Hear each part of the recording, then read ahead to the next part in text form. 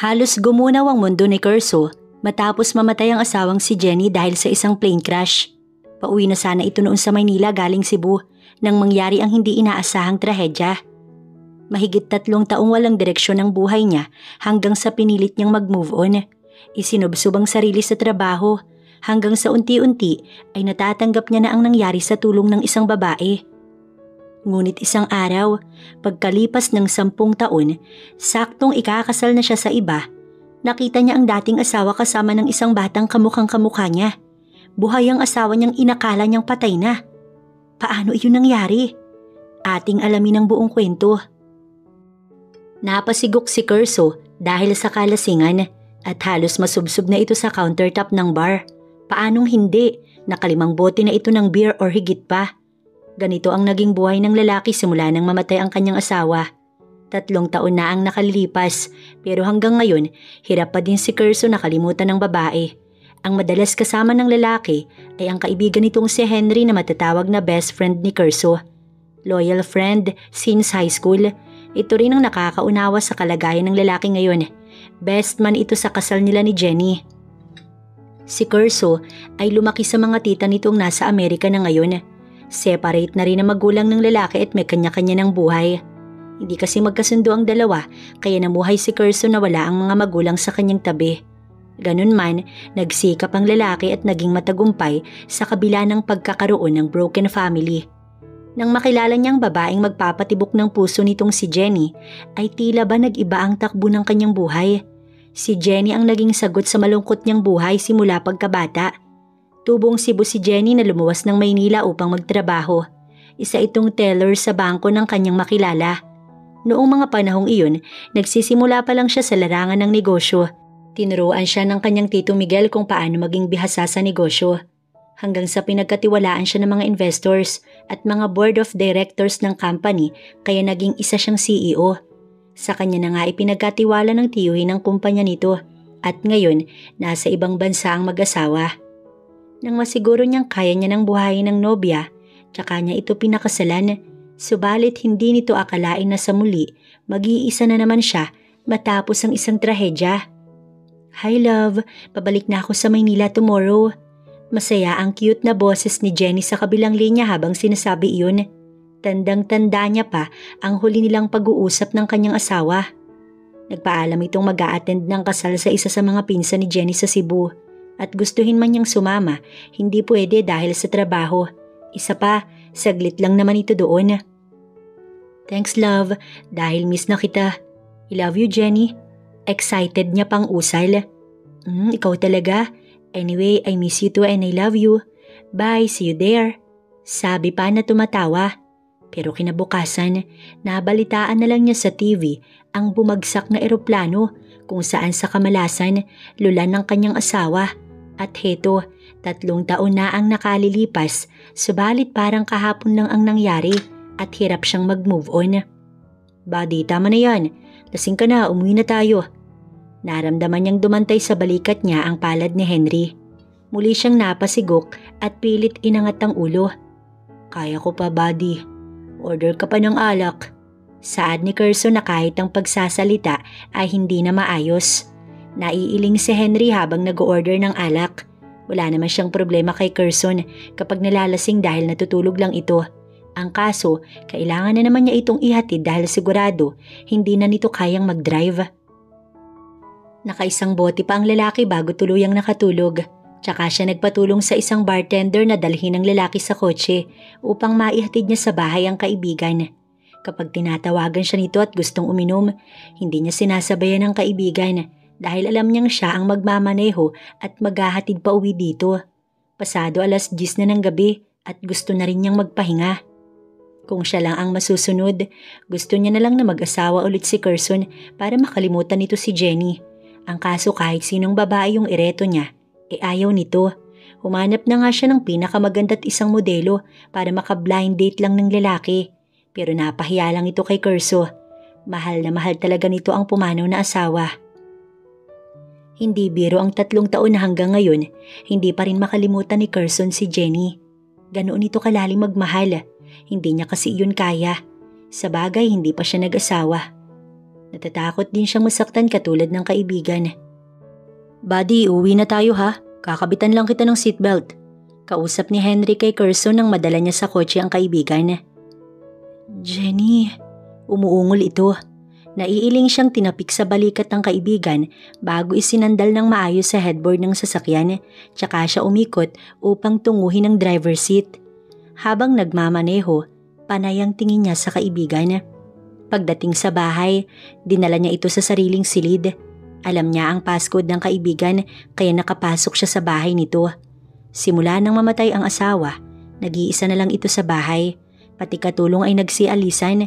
May naglilinis naman sa bahay ng lalaki pero stay out kaya ganoon na lang ang pagnanais niyang makapag-asawa ng muli ang kaibigan nang sa ganoon magkaroon na ito ng kasama sa buhay.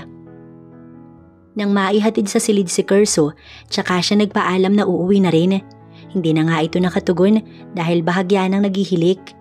Hindi naman na siya nag-aalangang iwan ito dahil safe na sa loob ng bahay ang kaibigan. Hiniyaan lamang niyang bukas ang ilaw at nakapadlak ang mga pintuan.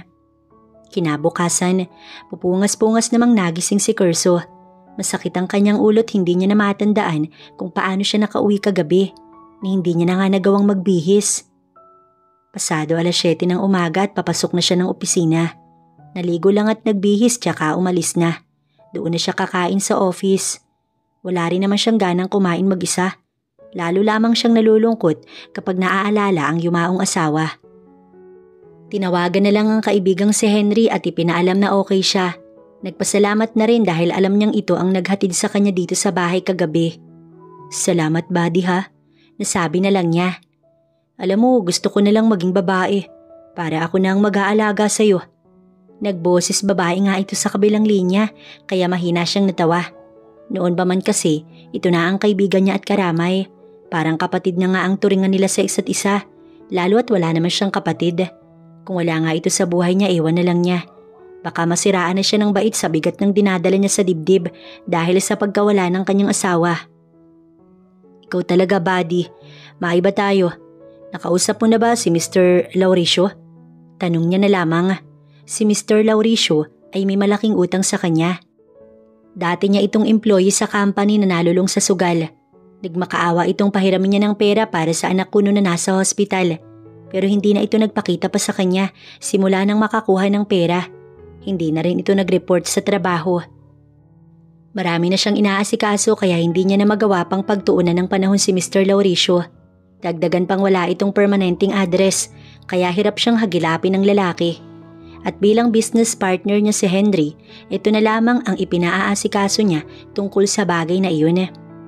Yes buddy, may binayaran na akong tao para hanapin siya. Grabe palang tigas ng mukha nitong taong to. Balita ko nga, sa squatter daw ito nakatira ngayon. At take note, hindi lang ikaw ang pinagkakautangan niya. Pagbabalita ni Henry. I don't care buddy, kailangan niya ang pera ng company na hiniram niya. At kung hindi niya ito maibabalik within 1 month, kakasuhan ko na siya. Galit ang tono ni Curso. Minsan lang naman siyang maawa sa isang tao, pero tila inaabuso nito ang kanyang kabaitan. Natawa naman si Henry sa kabilang linya. Calm down Curso buddy, inaasikaso ko na nga diba? Salamat Henry, balitaan mo na lang ako, sige na, bye na. Okay bye, kita tayo sa office. Tsaka niya ibinaba ang linya at nag-focus sa pagmamaneho. Pagdating sa office, tsaka siya nag-order ng breakfast. Doon pwede niyang makasabay si Henry na kumain or kahit ang kanyang sekretary. Hindi tulad kapag nasa bahay, nag-iisa lamang at walang kasama. Pakiramdam niya, mababaliw siya sa sobrang katahimikan. Leia! Malakas na tawag ng isang lalaki na nagpaangat ng paningin ni Jenny buhat sa kusina. Boses iyon ng kanyang asawang si Gary. As usual ay galit na naman. Tumayo siya at iniwan ang ginagawa sa likod ng bahay. Kasalukuyan kasi siyang naglalaba at sinasamantala niyang tulog ang 2 taong gulang na anak niya. May problema ba Gary? Nang makalapit ay tanong ni Jenny. Halika nga dito. Nakikita mo ba to ha? Umeko ang galit na boses nito sa kanilang maliit na kusina. Tinignan niya ang nilutong adobong sitaw na nakahain ngayon sa ibabaw ng mesa na itinuturo ni Gary. Napabuntong hininga siya. Wala kasi itong ibinibigay na pera sa kanya pambili ng maayos na ulam, kaya ito lang ang kanyang nakayanang iluto. Wala namang masama sa gulay kung tutuusin. Mas healthy pa nga yun kaysa sa karne. Pasensya ka na. Wala kasi tayong pera kaya yan lang ang... Isang malakas na sampal ang nagpatigil sa sasabihin ni Jenny. Gulat siyang napatingin sa gawin ng asawa habang sapo ang kanyang kanang pisngi na tinamaan ng malakas na sampal. Halos mabingi siya at nag-init ang kanyang magkabilang mga mata.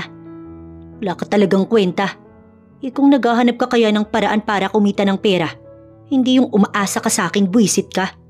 Pagkatapos ito lang yung ihain mo sa harapan ko.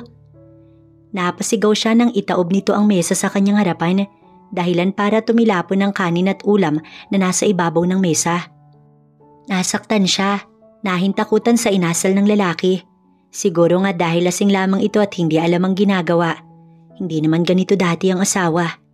3 taon na ang nakalilipas mula nang magising siya sa loob ng isang hospital at si Gary ang kanyang nasumpungan. Sinabi nitong mag-asawa sila at bagong kasal lamang. Kapwa daw sila lulan sa isang eroplano nang maganap ang isang aksidente.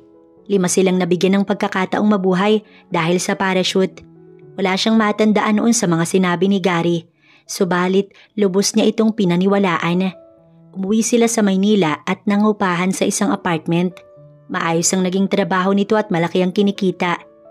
At dahil wala siyang matandaan dahil nga ang sabi ng doktor ay nagkaroon siya ng amnesia, pinaniwalaan niya lahat ang mga sinabi ni Gary kahit hindi niya makapasa puso na mahal ang lalaki. Taliwas na nararamdaman niya ang sinasabi nitong nagmamahalan sila. Nung una, maayos ang pakikitungo sa kanya ni Gary. Subalit nagbago ito pagkatapos magbunga ang kanilang pagmamahalan na kung kailang nagkaanak silang dalawa, tsaka ito nagbago sa kanya.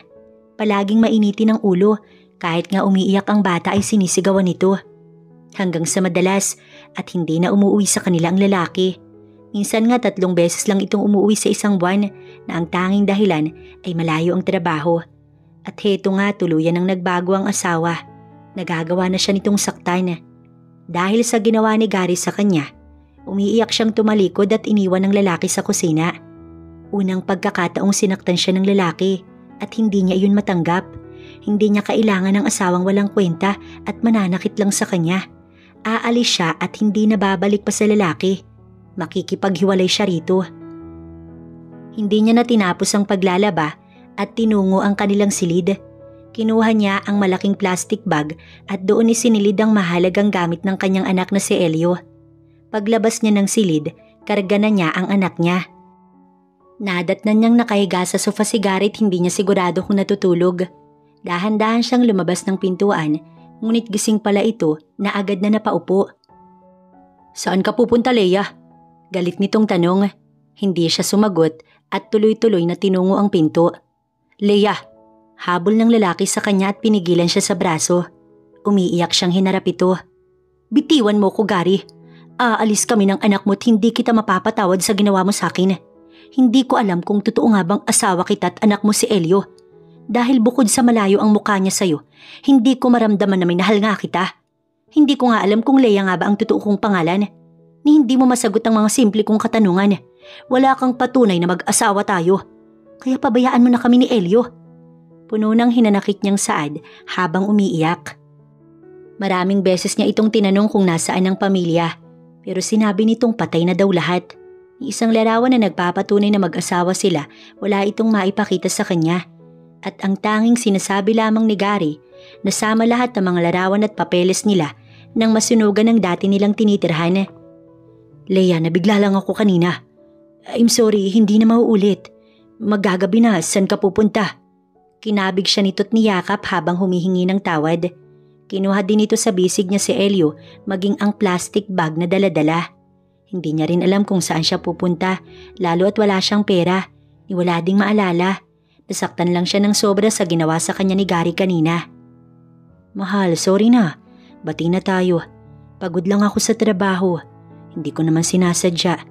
Pagmamakaawa ng lalaki. Pakiramdam ni Jenny, wala siyang kalaban-laban dahil hindi niya maalala ang lahat. Kapag pilit niyang binabalikan sa kanyang isipan ng lahat ng pangyayari, sumasakit ang kanyang ulo. Pilit niyang hinuhukay sa utak ang nakaraan bago nabagok ang ulo niya nang bumagsak siya sa isang bato. Ang sabi ng doktor, Temporary lamang ang kanyang amnesia. Pero 3 taon na, hindi pa rin iyon bumabalik. Bakit si Gary wala man lang itong kagalos-galos ng magis na niya sa hospital? Matagal niya nang pinagdududahan ng mga sinasabi nito kaya hindi siya komportable kay Gary hanggat wala siyang naaalala. Pansamantala, paniniwalaan niya na muna ito sa ngayon. Sa kabilang dako, si Henry na ang gumawa ng paraan para magka-love life ang kaibigan nang sa gayon tuluyan na itong makamove on sa pagkawala ng asawa.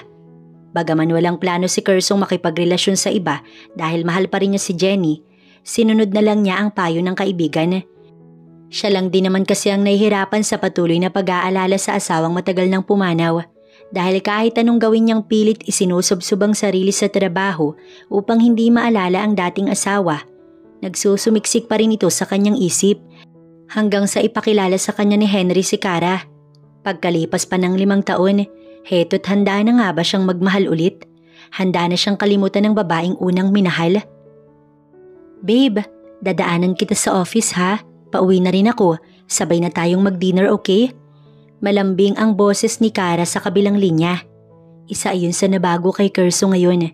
Kung dati mag-isa lang siyang kumakain sa bahay, ngayon ay palagi niyang kasabay ang nobya. Isa sa mga nagustuhan niya sa babae ay napakasimple, bagay na nagpapaalala sa kanya kay Jenny. Mabait, maalalahanin at sobrang sweet. Niligawan niya ito ng 5 buwan lamang at ngayon parang kailan lang 1 taon na sila. Sa loob ng 9 na taon, siguro sapat na para makalimutan niya ng tuluyan si Jenny.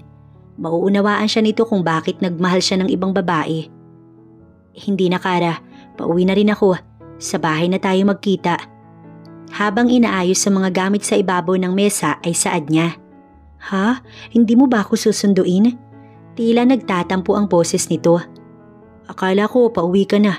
Pero sige kung nasa office ka pa dadaanan kita, okay? Tumayo na siya at kinuha ang kanyang coat. Okay, sa bahay na tayo magkita. Bye, I love you babe. Napakagatlabi si Kerso bago bahagyang napangiti. Nakatanga kasi ang sekretary niya at inaantay na utusan niya. I love you also babe. Tugon niya.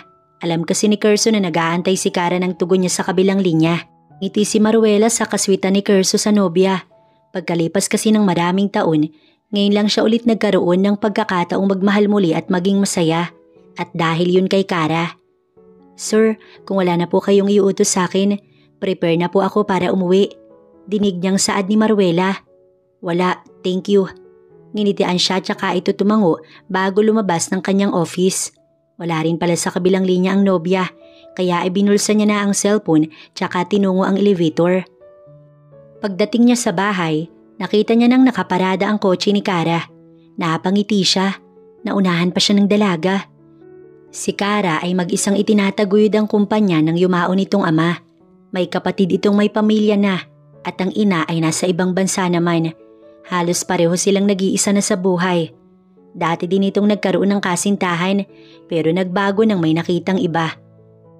Nakilala ni Ali si Cara na kasintahan naman ni Henry. Ito rin ang gumawa ng way para magkakilala silang dalawa. Dumaan sa maraming proseso dahil hindi pa handa si Carang magmahal muli. Tulad niya, patuloy pa rin nagmo-move on. Pero sa huli, nagkapalagayan sila ng loob. Pagdating sa bahay, sumalubong sa kanya ang mabangong niluluto ni Cara sa kusina. Nauna na pala itong dumating. Hi babe! Nakangiti ang nobya nang salubungin siya ng halik sa labi. Nakasuot pa ito ng apron. Ba't nagluto ka pa? Sa labas na lang sana tayo mag-dinner. Matapos hubarin ang coat, ay paakbay niyang iginiya sa kitchen ng babae. Gusto kong ipagluto ka para palaging mo kong maaalala kapag nagkahiwalay na tayo. Alam niyang nagbibiro lang si Cara dahil nakatawa pa ito, pero biglang sumama ang timpla niya. Nawala ang kanya mga ngiti sa labi na tumingin sa babae. Alam nitong malalim siyang magmahal at hirap siyang mag-move on. Kapag nawala pa sa kanya si Cara, hindi niya na alam kung kakayanin pa ba niya. Binitiwan niya ito at biglang tumalikod. Kahit biro, hindi niya nais marinig yun. Babe, wait, I'm sorry. May nasabi ba akong masama? Habol sa kanya ni Cara at pinigilan siya nito sa braso. Nahinto siya sa paglalakad at humarap sa babae. Nang magtama ang mga mata nila, ay naumid ito. Natitigilang tinitigan siya. Babe, nagbibiro lang naman ako. Mahal na mahal kita. Niyakap siya nito para gumaan ang pakiramdam niya na biglang bumigat kanina. Isang buntong hininga ang pinakawalan niya para gumaan lang ang kanyang pakiramdam. Tahimik siyang iniupo ulit nito sa harapan ng mesa nang bumalik sila sa komedor. Sorry na, hindi ko na uulitin, okay? Malungkot itong umupo sa kanyang harapan pero nanatili ang palad sa kanya. Sa halip na tumugon, kinabig niya si Kara at ikinulong sa kanyang mga bisig. Marami siyang gustong sabihin pero hindi niya mailabas sa kanyang mga labi. Nang mawala si Jenny sa kanya, hindi niya rin kinusto. Pero kahit kailan, hindi siya nagkulang na ipadama ang pagmamahal niya sa babae. Ganon din kay Kara ngayon. Sa loob ng 1 taon nilang relasyon, lahat ng uri ng pagmamahal na ipinadama niya kay Jenny noon ay naipadama niya na kay Kara. Kaya dobling sakit kung mawawala pa ito sa kanya. Matapos nilang pagsaluhan ng masarap nitong niluto, ay nag-aya itong mag-movie marathon. Nasa sofa sila pareho. Kapag weekend, ito ang banding nilang magkasintahan sa halip na lumabas, ang manood ng action movie. Kalaunan, naramdaman niyang sumandal sa kanya ang kasintahan. Tila ba inaantok ito? Hindi pa man nangangalahati ang pinapanood nila. Tulog na si Kara. Nakasiksik ito sa katawan niya. Kinuha niya ang remote at pinatay ang TV. Tsaka pabuhat itong dinala sa kanyang silid. Sanay itong matulog sa suit niya dahil alam ng babae na hindi ito gagalawin. Malinis niya itong iyaharap sa altar kapag handa na silang parehong magpakasal. Samantala si Jenny at ang anak nitong si Elio, pauwi na sa bahay ngayon. Kasama niya ang anak sa tuwing maglalabada kada Sabado kina Mrs. Orpes. Total naman ay wala itong pasok. 8 taon na ang kanyang anak at nag-aaral na ng elementarya. On-call ang paglalabada ni Jenny sa amo. Minsan ay ordinaryong araw, minsan naman ay weekend. Kapag ordinaryong araw, nasa school ang anak niya habang siya naghahanap buhay. Hindi na siya umaasa sa asawa dahil matagal na itong walang pakialam sa kanilang mag-ina. Hindi niya nga alam kung bakit. Matapos siyang sumbatan noon ni Gary at saktan dahil lang sa gulay na nakahain sa ibabaw ng mesa, kinailangan niya ng magbanat ng buto para hindi na siya umaasa sa perang iaabot nito sa kanya. Kahit pinigilan siya nitong wag umalis noon ay hindi naman ito nagbago. Mainit ang ulo sa tuwing malalasing. Ilang taon na siyang nagtitiis, basta wag lang nitong sasaktan ng kanyang anak dahil hindi niya ito mapapatawad. Nabawasan lang ang init ng ulo nito nang kumita na siya ng pera at kahit papaano nakakatulong na sa mga gastusin sa loob ng bahay. Hindi nga naman kasi maganda kung iaasa niya lahat ng pangangailangan kay Gary, lalo at nag-aaral si Elio. Mama, ba't ganun po si Papa? Palagi na lang mainit ang ulo sa ating dalawa, lalo na po sa akin. Hindi niya po ba tayo mahal? Hindi niya inaasahang itatanong sa kanya iyon ng anak niya. Totoo naman kasi ang sinabi ni Elio. Marahil ay matagal na nito iyong napapansin sa ama. Ngayon lang nasabi sa kanya. Naawa siyang hinaplos ito sa buhok. Anak, huwag kang magtatanim ng sama ng loob sa ama mo. Kahit ano pang klaseng tao siya, mananatiling siya pa rin ang papa mo. Ang mahalaga, mahal na mahal ka ni mama. Tumingin ito sa kanya. Nababasa niya ang sama ng loob sa mga mata ng bata. Hindi ko siya ama. Maraming nagsasabing magkaiba kami ng muka. Mabigat ang tono ni Elio at nauunawaan niya yun dahil mainit ang dugo ni Gary sa bata. Hindi lang naman kay Elio, kundi pati sa kanya. Ngunit ipinagtanggol niya pa rin si Gary. Ipinaunawa na minsan kapag may problema ang isang tao, talagang mainit ang ulo. Bakit mama? Wala naman po tayong masamang ginagawa sa kanya. Asik ni Elio. Habang lumalaki kasi ito, mas nagiging aware ang kanyang anak sa nangyayari. Hindi niya natuloy alam kung papaano ipagtatanggol ang asawa sa anak niya. Matagal nang nararamdaman ng bata ang pagiging walang kwentang ama ni Gary. Unang-una, siya na ang naghahanap buhay sa kanila. Siya pa itong gumagawa sa lahat pagdating sa bahay. Wala namang kaso yun kung maayos makitungo si Gary. Pero kabaliktaran. Pagdating nila ni Elio sa bahay, nadatna nilang mag-ina si Gary na may kainuman sa loob. 2 lalaki at may 1 babae. Bata pat mistisa. At halos luwa ang lahat ng itinatago sa katawan. Katabi ito ng asawa niya sa upuan at nakapaloob sa 2 hita ni Gary ang isa nitong kamay. Magandang hapon po, Mrs. Nakiki-birthday lang po kay Brad Gary. Bati sa kanya ng isa nitong kainuman. Ang babae bahagya siyang pinasadahan ng tingin at umirap. Nakasuot siya ng paldang luma na lagpas tuhod at maluwag na damit. Kung titignan ang itsura niya sa salamin, malayong malayo sa batang kasama ni Gary. Kung babae man ito ng asawa niya. Anak, pumasok ka na muna sa kwarto at magbihis ng damit. Dadalhin ko lang ito sa kusina. Baling niya sa anak na nakatanga sa mga kainuman ng asawa. Mabilis itong tumalima pero pinigilan ni Gary. Elio, sandali lang. Bili mo nga muna kami ng alak. Itinaas nito ang kamay at iniharang sa daraanan ng bata. Kayo na lang po, gagawa po ako ng assignment. Nakasimangot na sagot nito, bagay na ikinainis ni Gary. Pahablot nitong hinila ang bata kaya napatakbo siya. Gary, huwag mong sasaktan ang anak ko. Takot na takot si Jenny, lalo at nakainumang lalaki. Hindi niya matatanggap na saktan nito si Elio. Sapat na sa kanyang pakitaan sila ng masamang ugali nito. Iyakap niya ang anak at inilayo kay Gary. Alam mo, kaya lumalaking matigas ang ulo ng anak mo dahil konsentidor kang ina. Nagalit si Gary at hinaklit siya sa braso. Huwag mong sasaktan ng mama ko. Sigaw ni Elio at matapang na pumagitna sa kanilang dalawa. Puot ang nakarehistro sa mga mata nito ngayon. Ang bisita naman ni Gary, tila nanonood lang ng palabas sa TV. Hindi ko naman sinaktan ng mama mo ah. Tsaka wala akong intensyong saktan kayo kung susundin nyo lang ang gusto ko. Nakangisi pa ang lalaki nang siya'y binalingan. Magluto ka ng pulutan, Leia, at ikaw naman, Elio, bumili ka ng alak. Utos sa kanilang mag-ina. Anak, sundin mo na lang ang papa mo para wala nang problema, okay? Mangiyak-ngiyak niyang pakiusap sa bata. Nakikinig kasi ito sa kanya. Binigyan niya kaagad ng pera ang anak, tsaka wala itong reklamo na napilitang tumalikod. Siya naman ay nagtungo sa kusina. Nagtatawanan pang naiwan sa sala ang mga kasama ni Gary. Bilib ako sa misis mo, Gary. Maganda na, mabait pa. Dinig niyang sabi ng isang lalaki. Sus, saan banda yung kinaganda nun ang losyang, hindi marunong mag-ayos ng sarili. Kaya pala nagagawang mambabae ni Gary. Wika ng babaeng kasama ng tatlo. Muling nagtawanan ng mga ito. Bagaman nainsulto sa sinabi ng babae, hindi na siya kumibo pa. Ang hindi niya makalimutan ay ang sinabi nitong nambababae ang kanyang asawa at hindi niya iyon matanggap. Matapos magluto ng hapunan, kumain na silang mag-ina at hinayaang mag-inuman sa sala ang mga ito. Sa pagod na rin na hindi na malayang nakatulog si Jenny. Pasado 2:00 ng magising at tahimik na sa labas. Maaring tapos na ang nagiinuman. Bumangon siya upang silipin sa labas. Pero gano'n na lang ang panggigilalas niya nang makita si Gary na nakapatong sa babaeng kasama ng mga ito kanina at may ginagawang milagro. Mabilis siyang umalis sa pintuan at isinarang muli yun. Hinding-hindi niya mapapatawad ang asawa sa ginawa nitong pagtataksil sa kanya. Bukas, hindi na siya nito makikita pa sa bahay na iyon. Aalis sila ng anak niya. Tiniis niya ang hindi maganda nitong trato. Pero ang lukuhin siya sa sarili nilang pamamahay.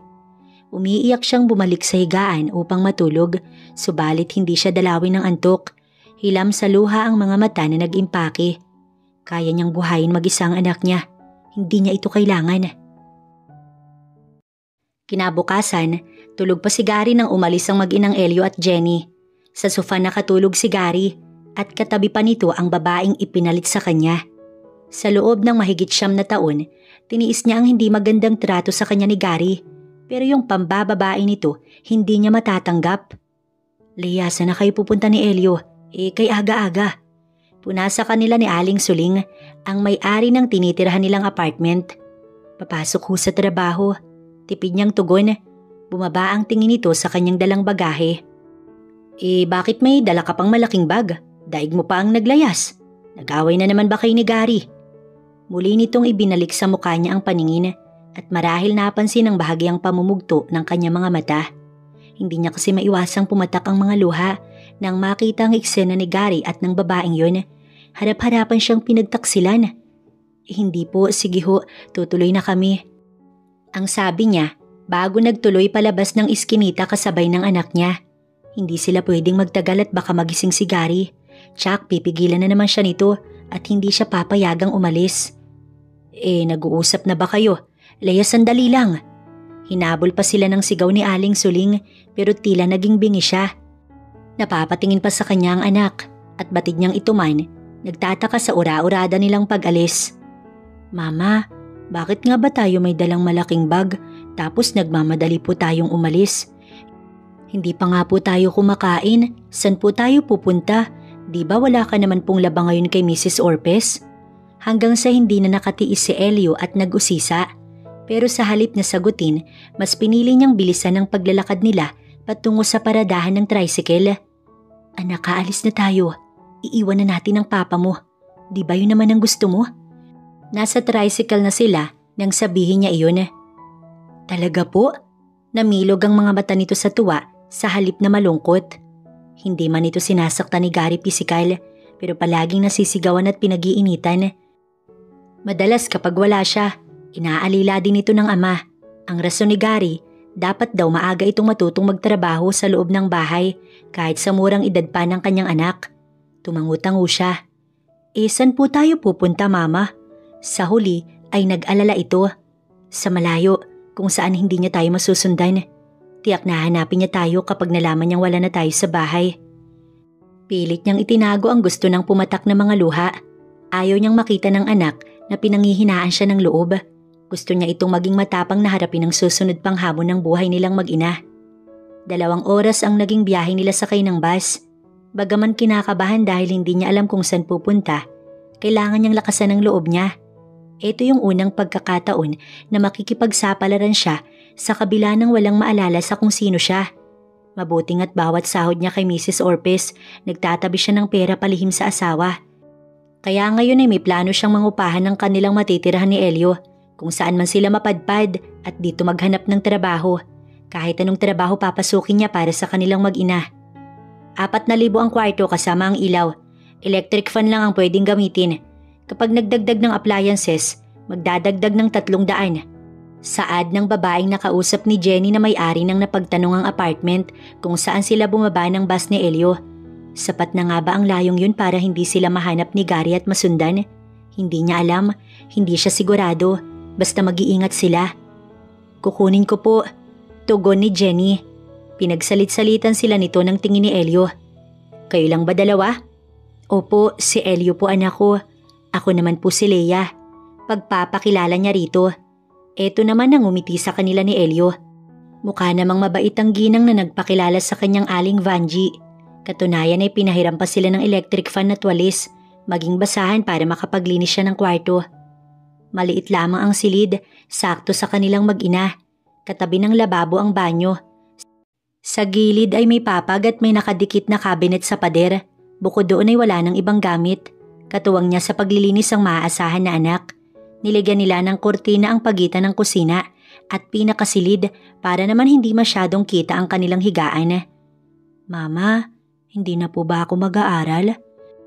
Habang isinasalansan niya ang mga damit nila sa isang cabinet, ay tanong ni Elio sa kanya. Tapos na silang maglinis at gabi na rin yun. Sa labas na lang sila kumain ng hapunan dahil wala pa siyang nabibiling lutuan. Tinignan niya ang anak niya. Nakahiga ito sa papag na sinapinan niya lang ng kumot. Halatang inaantok na at alam niyang pagod na rin. Mag-aaral syempre, pero lilipat ka na ng school. Dito na ikaw mag-aaral. Ngumiti siya at hinaplos ang pisngi ng anak. Pero wala po tayong pera. Malungkot nitong Saad. Naku, wala ka bang tiwala kay mama? Bukas maghahanap ako ng trabaho at kapag may pera na tayo, babalik ka ulit sa pag-aaral. Nga lang, hihinto ka muna ngayong taon na to. Okay lang ba yun, anak? Ngumiti ang gwapo niyang anak, bagay na nagpagaan sa kanyang loob. Kahit anong pagsubok o kahit anong hirap ang pagdaanan niya, basta kasama ito lahat ay kakayanin niya. Iisa lang ang gusto niyang mangyari ngayon, makalayo siya sa kanyang asawa at bumalik ang kanyang memorya. Tumabi siya sa anak matapos ang ginagawa ng masigurong sarado na ang pinto. Hinalikan niya ito at matagal na tinitigan. Sa matagal na pagkakatitig sa anak, ay may kislap na gumuhit sa kanyang gunita. Nakita niyang lumuhod sa harapan niya ang anak at nagsalita. Will you marry me, Jenny? Yes, yes. Nagtatatalon pa siya sa tuwa. Dama niya ang matinding kirot sa kanyang ulo na parang binibiyak. Dagli siyang napahawak sa sintido at mariing napapikit. Ipinilig niya ang kanyang ulo, dahilan para maglaho sa kanyang harapan ng isang bulto ng tao na nakaluhod. Nang idilat ang mga mata, napabalikwas si Jenny ng bangon. Maliwanag na, tirik na ang araw. Panaginip lang pala. Sa araw na iyon, natanggap si Jenny bilang serbidor sa isang kantin ni Aling Mercy na nasa tapat lang din ng tinitirhang apartment kung saan sila kumain ni Elio kahapon. Nabasa niya lang ang wanted serbidor kaya nag-apply siya sa araw na iyon at saktong natanggap naman siya. 3 silang serbidor sa kantin na yun, si Beth at Nina na kapwa mababait. Bukod sa pag-serve ng order sa customer ay kanya-kanyang toka sa hugasin. Hindi naman gaano kalaki ang kantin, subalit maraming kumakain dahil nasa gilid ng highway. Maraming kumakaing taxi driver at tricycle driver, maging ang mga trabahador sa katapat na bagong ipinapagawang gusali. Miss, isang kaldereta nga, samahan mo na ng 2 kanin at relyenong bangus. Habang abala si Jenny na nagpupunas ng mesa sa di kalayuan, dinig niyang saad ng isang baritonong boses. Dagli namang lumapit si Nina para i-entertain ito. Ay, Pogi, baka gusto mo ng dessert. Meron kaming ubi halaya at… Hindi na salamat. Putol nito sa sasabihin ni Nina. Agad pumesto sa katapat niyang mesa at ramdam niyang titig na titig sa kanya ang lalaki. Madalas niya nang makita ang lalaking ito sa tapat ng pinagagawang gusali. Alam niyang hindi ito trabahador dahil maganda ang tindig at may kotse. Maaaring isa ito sa may-ari ng ipinapatayong building. Mahigit 1 buwan na rin siyang nagtatrabaho dito sa kantina kaya medyo kabisado niya na ang mukha ng mga kumakaing trabahador sa kanila. At first time kumain ng lalaking ito sa kantin ni Aling Mercy. Sa matagal na pagkakatitig sa kanya ng lalaki, nginitian niya ito para kasing nakakita ng multo or baka may dumilang ang mukha niya. Matapos magpunas ng mesa, dumiretso na siya sa kabilang mesa. Subalit ramdam niyang sinusundan siya nito ng tingin hanggang sa tuluyan na siyang nakapasok sa kusina para tulungan si Beth maghugas ng malalaking kaldero. Grabe makatitig sa'yo yung tao, Leia, nakita mo yun? Nakasilip pala ito kaya napansin din ito ang lalaking customer ni Nina. Parang kilala niya ako. Gaga ang sabihin mo, type ka. Ayaw mo nun, may bagong ama na si Elio. Tumatawang saad ni Beth. Nakapalagayan na rin niya ito ng loob dahil pareho silang single mom. Nagkasakit ang asawa nito at maagang nawala, kaya mag-isang itinataguyod nito ang anak na nasa kolehiyo sa probinsya kasama ang lola. Si Nina naman ay siyang dalaga sa kanila. Yun nga lang, doble ang timbang sa lakas nitong kumain. Palagi itong galit sa kanin at ulam. Ikaw nga tigilan mo ko, sa gwapo nun, tsak may kasintahan na ang lalaking yun. Tsaka yung uri ng titig niya, hindi yun yung tipong gusto niya ako. Parang iba basta iba, parang kilala niya ako. Napatulala si Jenny habang may malalim na iniisip. Kilala ka tapos hindi mo kilala? Ano yun, may amnesia ka? Sinundan pa ni Beth ng tawa ang huling sinabi nito kaya namilog ang kanyang mga mata. Baka nga isa yun sa nakakakilala sa kanya. Isa sa mga kaibigan ni Gary at may makapagsabi kung nasaan siya. Bigla ay nagkaroon tuloy siya ng malaking problema. Kailangan niyang mag-ingat, mahirap na. Samantala si Henry, tulala pa rin pagdating sa loob ng kanyang kotse habang inaalala ang babae kanina sa kantin. Unang tingin pa lang niya sa babaeng yun, kamukhang kamukha talaga ni Jenny. Hindi siya maaaring magkamali. Yung bilugang mata, yung mapilantik na pilik, at yung kahit ngiti nito nang sulyapan siya kanina. Wala talagang pinagkaiba. Napabuntong hininga siya nang maalala ang sinabi ng isa pang serbidor nang tanungin niya ang tungkol sa babaeng yun. Si Leia po yun, Sir Pogi. Hiwalay sa asawa at may isang anak. Kung type niyo ho, ilalakad ko kayo. Mabait yun. Maganda nga lang ng konti sa akin. Hagik-gik ng babaeng napagtanungan niya. Ilig niya ang kanyang ulo. Imposible ngang si Jenny ang babaeng yun. Patay na ito't matagal na. Maaaring kahawig lang. Dahil kung si Jenny nga yun, maaalala siya ng babae dahil kilala siya nito. Kalaunan ay tumunog ang kanyang cellphone kaya nabaling ang atensyon niya dito. Si Curso ang nasa kabilang linya na siyang tumatawag. Yes, buddy. Kung pauwi ka na, dumaan ka na muna sa office. Nasiraan ako ng sasakyan. Nagkasalisi pa kami ni Kara. Nasa site ka pa ba?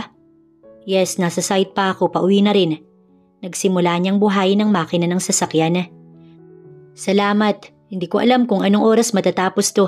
Nasa talyer pa ako. Ako na ang bahalang sumundo kay Kara. Tawagan mo na lang siguro para hindi magtaka. Okay, salamat buddy. Hindi na binigyan pa ng halaga ni Henry ang nakitang kamukha ni Jenny kanina sa kantin. Oo nga pala, may kasintahan na si Curso at mahal na rin ito si Kara. Ayaw niyang magulo ang isipan ng kaibigan. Pasado 7:00 ng gabi, natapos ayusin ang kotse ni Curso, kaya heto pa uwi na siya. Tumawag si Kara na nagpahatid na lang ito sa suit niya. Kung kailang mansa rin nila ni Kara, tsaka pa siya nasiraan. Balak pa naman sana niyang sumilip sa site kanina. Mabuti nga't nandyan ang kanyang business partner na maaasahan, ang kanyang buddy.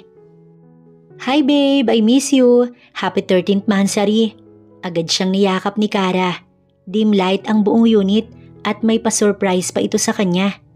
Table for two with candlelight, may chocolate cake pa. Agad iniabot ang biniling punpun ng bulaklak tsaka ito binati at hinagkan sa labi. I love you babe. Bulong nito at mas naging mapusok ang pagganti ng halik sa kanya. Naalarma si Curso nang humaplos sa dibdib niya ang isang palad ni Kara. Tinanggal nito ang iilang botones ng polo niya. Pinigilan niya ang kamay ng nobya at bahagya itong inilayo sa kanyang katawan. Alam niya ang nais nito at hindi niya iyon maibibigay sa babae. Let's eat. Lumalamig ang pagkain. Napasimangot ito nang alalayan niyang umupo sa harap ng mesa. Siya naman ay pumwesto na din. Babe, magpakasal na tayo please. Nagsimula na silang kumakain nang basagin nito ang katahimikan. Kasal? Napatitig siya rito. Handa na nga ba talaga siyang magpakasal ulit? Masyado pang maaga para magpakasal, Kara. Tugon ni Curso, kalaunan matapos pag-isipan ng sinabi ng nobya. Naibaba nito ang hawak na kutsara at tinidor at tumingin sa kanya na nagtatampo. Gusto lang naman kitang makasama araw-araw, pero kung ayaw mo okay lang naman. Pero mahal kita, Curso. Para sa akin, ikaw na yung lalaking gusto ko makasama habang buhay. Naantig naman ang puso ni Curso sa sinabi ng nobya at ginanap ang palad nito. Mahal kita, Kara, alam mo yan. Pero wag nating madaliin ang pagpapakasal. Gusto ko pag umabot tayo sa puntong yun, alam natin na pareho na tayong handa, okay? Tumango si Kara bago kumapit ng mahigpit sa kamay niya. Naiintindihan ko, babe. May punto ka naman eh. Kumain na tayo. Ngumiti ito pagkatapos bumitaw sa kanyang kamay. Tsaka nila masayang pinagsaluhan ng masarap na nakahain sa ibabaw ng mesa. Pagkatapos ay konting banding habang isineselebrate ang kanilang 13 buwang relasyon. Bye babe. Matapos sumalik sa labi niya si Kara, bumaba na ito ng kanyang kotse. Nasa tapat na sila ng apartment nito. Bye. Hindi na rin siya pumasok sa loob ng bahay dahil malalim na ang gabi. Siniguro na lang niya na nakapasok na ang nobya tsaka siya umalis. Pagdating, napapangiti siya sa sweet message nito. Gusto na rin naman niyang makasama si Kara araw-araw, katulad ng gusto nitong mangyari. Pero hindi pa napapanahon para sa kasal nila. Hindi na siya nag-reply pa sa mga sweet message nito, kundi pinusuan niya na lamang para makapagpahinga na ang nobya. Siya may naghanda na rin para matulog. Kinabukasan, 4:00 ng umaga, gising na si Jenny para maghanda pagpasok sa kantin. Ito ang nakasanayang oras niya paggising para asikasuhin ang mga gawain na hindi niya nagagawa pagdating ng hapon dahil sa pagod. Nagkusot siya ng mga hinubad nila ni Elio kahapon at naglinis ng bahay. Hindi niya na kailangan magluto dahil sa kantin doon na sila kumakaing mag-ina at libre iyon. May iwan lang ang anak niya sa bahay habang siya naman ay nagtatrabaho. Kasama naman ito ang apo ni Aling Banji na lalaki at hindi lumalabas ang kanyang anak sa gate kaya hindi siya nag-aalala rito. Sinusunod nito ang lahat ng kanyang sinasabi dahil naiintindihan ni Elio na kailangan niyang maghanap buhay para sa susunod na pasukan makapag-enroll ang anak niya. Hindi man siya sinuwerte sa asawa, at least swerte naman siya sa anak niya. Aling Vanji, papasok na ho ako. Pasilip na lang po ko kay Elio, tulog pa kasi. Pagdaan niya sa mataas na bahay sa bungad ng apartment, natanaw niya ito sa loob ng gate. Madalas sa ginang niya inihahabilin ng anak niya. Sige, tulog pa nga po ko. Hayaan mo at paggising, ay dito na muna siya sa bahay. Kumaway pa ito sa kanya. Matapos magpasalamat ay umalis na. Iyon ang naging routine ng buhay ni Jenny araw-araw hanggang lumipas pa ang 1 taon. Ngayon ay mas naging abala na siya dahil nag-aaral na muli ang anak niya. Nasa 3 baitang na ito ng elementarya dahil nahinto ng 1 taon. Bago pumasok sa kantin ni Aling Mercy, ihahatid niya muna ito sa school. Anak, galingan mo sa school ha. Tatandaan mo lagi ang pangaral ko sa'yo. Habang pababa sila ng tricycle na sinasakyan, pagpapaalala niya kay Elio. Bahagya pang natawa ang gwapo niyang anak. Sinabi mo na sa akin yan kagabi mamay natatandaan ko po. Nang tuluyang makababa sa tricycle, niyakap siya nito at hinalikan bago pumasok na ng gate. Ayaw na nitong nagpapahatid kahit allowed naman yun sa school. Malaki na raw ito, pero nanatili siyang nakatayo sa may gate at tinatanaw ang kanyang kapansin-pansin na anak. Maraming nagsasabing gwapo at cute ito. Makapalang kilay at may magandang mga mata na alam niyang hindi naman nagmana sa ama. May matangos na ilong at nakaarkong mga labi na animoy palaging nakangiti. Minsan napapaisip din siya kung si Gary nga ba ang ama nito. Malayo nga naman talaga ang itsura ng kanyang asawa. Gwapo din naman si Gary. Nga lang iba ang tabas ng mukha ng lalaki. Dagdagan pang makapalang mukha ng babaerong ama ni Elio. Siguro ay isang artista ang kanyang napaglihian kaya ganito kagwapo ang anak niya. Tsaka pa lamang kumilos si Jenny upang umalis nang hindi na matanaw ang anak niya. Sumakay siyang muli sa tricycle at nagpahatid sa kantina pinapasukan. Tuwing labasan ay may tricycle na sumusundo kay Elio na maghahatid sa kantina pinapasukan para hindi na siya maabala sa trabaho. Abala na kasi siya kapag ganoong oras. Kung dati ay may 10 mesa lang sa loob ng kantin ni Aling Mercy, ngayon ay masasabing lumago iyon sa mahigit 1 taon niyang paninilibihan rito. Nadagdagan na rin ang mga serbidor na kagaya niya. Pagdating ay abala na kaagad siya maging ang mga kasama dahil sa kanila nag-aalmusal ang karamihang dumadaan. Hindi na nga namalaya ni Jenny na tanghali na kung hindi niya pa narinig ang boses ng anak niya. Mama! Pababa ito ng tricycle ni Ben at kumakaway. Napatingin ang lahat sa kanyang anak maging ang mga kumakain. Matamis ang ngiti ng bata at agad lumapit sa kanya at sabik na yumakap at humalik. Samantala sa kabilang dako, masaya si Curso habang pinagmamasdan ang gusaling successful na ipinatayo para sa panibagong negosyong naiisip na pamamahalaan ni Henry habang wala pa ang kanyang tito. Nais na kasing bumalik ng mag-asawa sa Pinas kaya ito na muli ang mamamahala sa kumpanyang iniwan sa kanya. Anong masasabi mo, buddy? Nasa tabi niya ang kaibigan na siyang nag-aasikaso nito. Kapwa nila tinatanaw ang 3 palapag na gusali.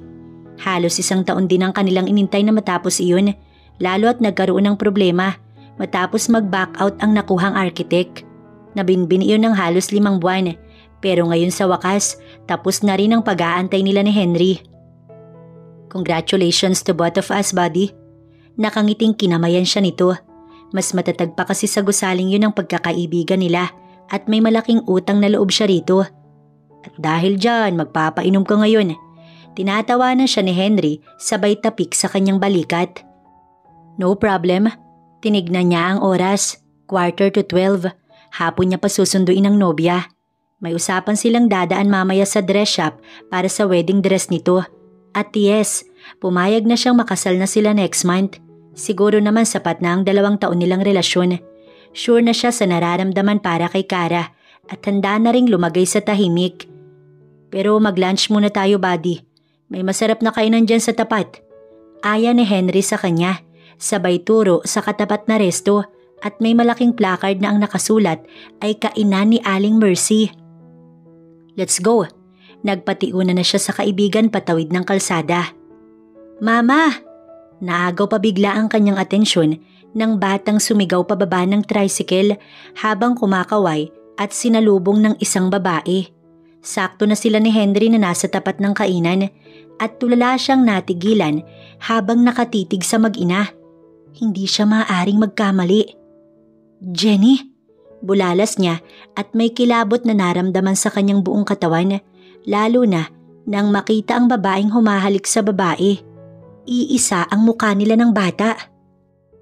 Malalaki ang hakbang na nilapitan niya ang babae pero pinigilan siya ni Henry sa braso. Tila nahulaan ito ang laman ng kanyang isipan. Buddy, hindi siya si Jenny. Leia ang pangalan niya. Hiwalay sa asawa at may anak. Dinig niyang saad nito. Tila alam na ang tungkol sa babae. Kilala mo siya? Napapatingin siya sa kaibigan. Not really, pero buddy, halintulad ng reaction mo. Ay ganun din yung reaction ko nang makita ko siya. Muli siyang napatingin sa mag-ina na ngayon kasalukuyan ng papasok sa loob ng resto. Nangihina siyang gusto niyang habulin ng babae. Hawakan, yakapin at hagkan. She still loved her. Bigla niyang naramdaman ang pagsilakbo ng kanyang damdamin para sa asawa. Napailing na lang si Henry nang bawiin ang braso ni Curso at malalaki ang hakbang na pumasok sa loob ng kainan. "Excuse me?" Agaw pansin ni Curso sa mag-inang nakatalikod sa kanya. Nasa loob na siya ng resto tapat ng pintuan at ang mag-ina ay nasa sulok at inaalalayang umupo ng babae ang bata sa harap ng isang mesa. Ipinatong naman ng bata ang school bag nito at masayang tumingin sa ina. "Yes sir, kakain ka po ba?" Nilingon siya ng babae na nakangiti. Kumabog ang dibdib ni Curso. Ang mga ngiti ng babae, ang mga magaganda nitong mata. Paano niya makakalimutan kung sa loob ng 10 taon sa kabila ng nakipagrelasyon sa iba, hindi naman niya ito nakalimutan. Uungat ikakasal na siya. Pilit nag-move on kahit napakahirap nung gawin. Napapakunot naman ang noo ni Jenny habang sinasalubong ang mga mata ng lalaking titig na titig sa kanya. Titig na nagbibigay ng kakaibang kaba sa kanyang dibdib. Sir, sabi ko kakain ka po ba?" Agaw pansin muli ni Jenny nang hindi pa rin ito nagsasalita, na ngayon ay nakatitig naman sa anak niya. Hindi naman ito napansin ng bata dahil kumuha ito ng notebook ngayon at may iginuhit. Yes miss, kakain kami. 2 order ng specialty nyo rito, tsaka 2 kanin. To the rescue naman si Henry sa tulalang kaibigan. Napatikim si Jenny at nag-excuse sa 2.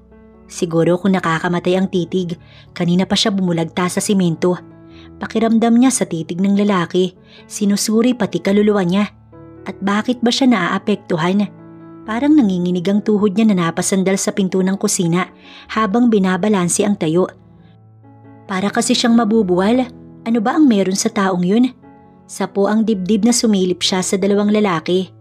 Nakaupo na ang 2 at ang isa nakatitig ng mariin sa anak niya. Ay, sinisilip niya si Mr. Pogi. Sundot ni Nina sa kanyang tagiliran na nagpaigtad naman sa kanya. Hindi niya napansing nasa tabi niya na pala ito. Lumayo siya sa pinto. Pogi naman talaga ang lalaki. Pero ba't ngayon lang siya naapektuhan? Hindi lang naman ito ang naging customer nilang gwapo. May naliligaw nga sa lugar nilang content creator na sobrang sikat at gwapo. Inalayan pa siya ng kanta pero iba ang nararamdaman niya sa lalaking yun kanina. Ninya, bigyan mo nga sila ng 2 order ng kanin at 2 specialty natin. Aasikasuhin ko lang si Elio. Utos niya rito. O sige, pogi naman kaya ako nang bahala. Sabay talikod. Kinalma naman niya ang kaba sa dibdib tsaka naghanda ng makakain ni Elio. Mama, ang bait po ng teacher namin. Tignan niyo po ito, sabi niya ang galing ko daw po. Pagmamalaki ng kanyang anak at ipinakita sa kanya ang family picture na ginuhit nito. Tapos na itong kumain. Mamaya ay ihahatid niya na sa bahay kapag wala nang gaanong customer. Ang galing naman ng anak ko. Hinalikan niya ito at ginulo ang buhok. Naawa dahil hindi kumpleto ang ginuhit nitong family picture dahil tanging sila lang ang naroong 2. Gagalingan ko pa po mama sa susunod. Saad ni Elio kaya niyakap niya ang anak niya. Ang eksenang yun ang tanaw ni Curso sa loob ng kanyang tinted na sasakyan. Matapos nilang kumain ni Henry sa resto, pinauwi muna ito at nagkunwari siyang may aasikasuhin muna. Pero ang totoo, nasa loob siya ng kanyang sasakyan at tinatanaw ang kanyang mag-ina. Yun ang nararamdaman niya. Mag-ina niya ang 2 ito. Tanda niya kung kailan inangkin ng asawa. Maaaring buntis ito nang lumipad patungong Cebu. At kung 9 na taon ng bata ay anak niya ito. Kung hindi man gagawa siya ng paraan para mapadiin iyang bata. May natatandaan siyang nunal sa dibdib ni Jenny. Kaya kailangan niyang makita iyon para mapatunayang asawa niya nga ito. Base sa nakausap niyang katrabaho ng babae, single parent si Leia. Tama ang sinabi ni Henry. Napaangat siya sa pagkakasandal sa headboard ng kanyang sasakyan. Kalaunan nang makitang lumabas ang mag-ina sa salaming pinto. Titig na titig siya sa babae na dumaan sa tapat ng kanyang sasakyan. Hawak ang kamay ng anak. Napapasunod ang mga mata sa babae nang tumawid ito ng kalsada. Nagmamadali niyang binuhay ang makina ng sasakyan at sinundan ng 2. Matapos tumawid ang mag-ina, lumiko sa kanto, pumasok sa isang iskinita. Halos tapat lang din ang resto, nasa kanang bahagi naman ng kanyang gusali. Kung titignan, pinaglapit sila ng tadhana ni Jenny kung ito nga ang kanyang asawa. Sinundan niya ang mag-ina hanggang sa pumasok sa maliit na gate, kasing tangkad lang ata niya at tanaw hanggang loob. Apartment for rent. Nang mabasa iyon, may ideya na biglang pumasok sa kanyang isipan. Kalaunan, kumakatok na siya sa gate. Kukuha siya ng isang kwarto para pwede siyang umuwi dito. Magandang araw. Nakangiti ang lalaki nang may ginang na nagbukas ng gate para sa kanya. Ang lapad ng ngiti nito. Magandang araw din sa iyo, sir. Hala, pasok. Binuksan nito ang gate. Pagpasok, matatanaw ang dalawang palapag nitong paupahan. Malawak ang harap.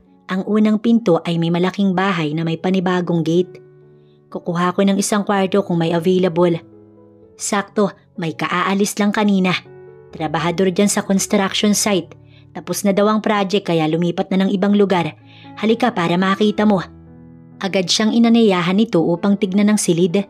Subalit natigilan siya nang marating nila ang pangalawang pinto dahil bumukas yun at tumambad sa kanya ang babaeng dahilan kung bakit nais niyang tumira sa apartment na yun.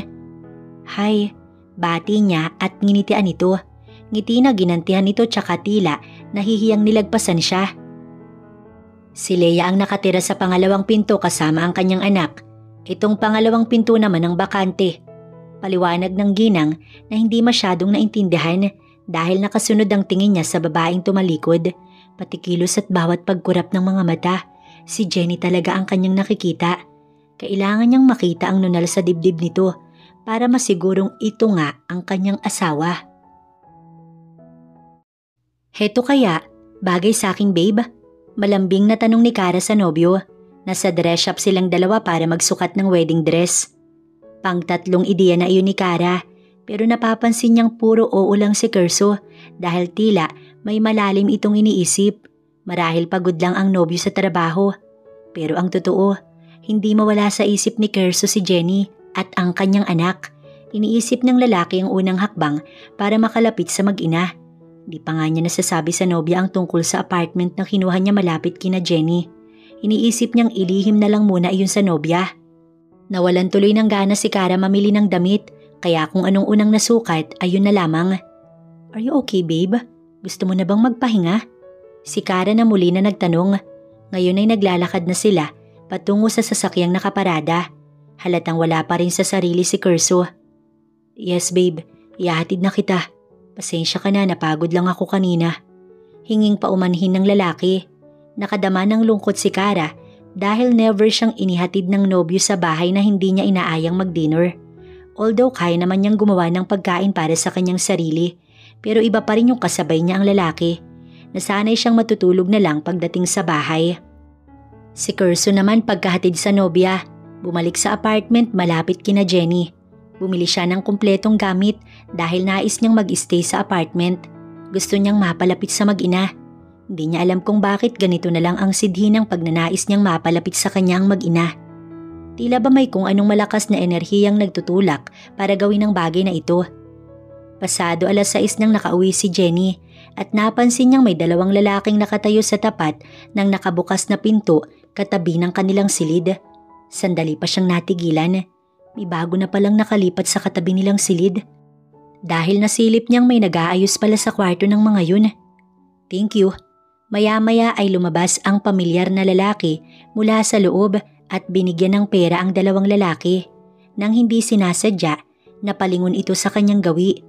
Kapwa sila natulala sa isa't isa dahil nandun na naman ang pamilyar na kaba sa kanyang dibdib. Bakit niya ito nararamdaman? Mama! Excited si Elio na nagbukas ng pinto. Naramdaman siguro nito ang pagdating niya, kaya naputo lang titigan nila at walang paalam na pumasok sa loob ng kanilang bahay. Tita, uuwi na po ako ha. Tsaka niya lang din napansin si Noah na nasa loob ng kanilang bahay kasama ang anak niya. Apo ito ni Aling Vanji. Nag-bless lang ito sa kanya at tumalikod. Siya naman ay kinawayan ng bata at nagpasalamat dahil sinamahan ito si Elio. Magbibihis lang si mama anak ha, pagkatapos ay kakain na tayo. May dala akong pagkain. Matapos halikan ng anak, tinungo niya ang pinakasilid nila na kortina lang naman ng pagitan. Habang nagbibihis, dinig niyang may kumatok sa pinto at binuksan naman kaagad ni Elio. "Hi," baritonong boses ng lalaki ang nadinig ni Jenny. Hindi siya magkandamayaw sa pagmamadaling matapos magbihis upang makalabas ng silid. Sakto namang pagkatapos ay nasa loob na ng bahay ang lalaki. Pinapasok na ito ni Elio. "Hi Leia, good evening." Umarko ng isang matamis na ngiti sa labi ng lalaki, bagay na nagpatingkad sa kagwapuhan nito. Siguro naitanong na ng lalaki ang pangalan nilang mag-ina kay Aling Vanji, kaya hindi nakakapagtaka kung bakit alam na nito ang kanyang pangalan. "Magandang gabi naman sa'yo. May kailangan ka ba?" Dinig niyang nautal siya. Siguro natatandaan mo ko kanina sa resto. Isa sa mga customer nyo. Ako nga pala si Curso." Dagling iniabot nito ang kamay sa kanya. Wala namang masamang intensyon ng lalaki kaya tinanggap niya iyon. Nakipagkamay siya. Bagaman naramdam ang kuryenteng gumapang mula sa kamay nito, hindi na lamang binigyan ng pansin. Simula ding bumayo ang kaba sa kanyang dibdib. Kalaunan, inanyayahan niyang umupo ang lalaki. "Bakit mo nga pala naisipang mangupahan sa ganitong lugar? May malaking apartment dyan. Pansin kong mayaman ka naman."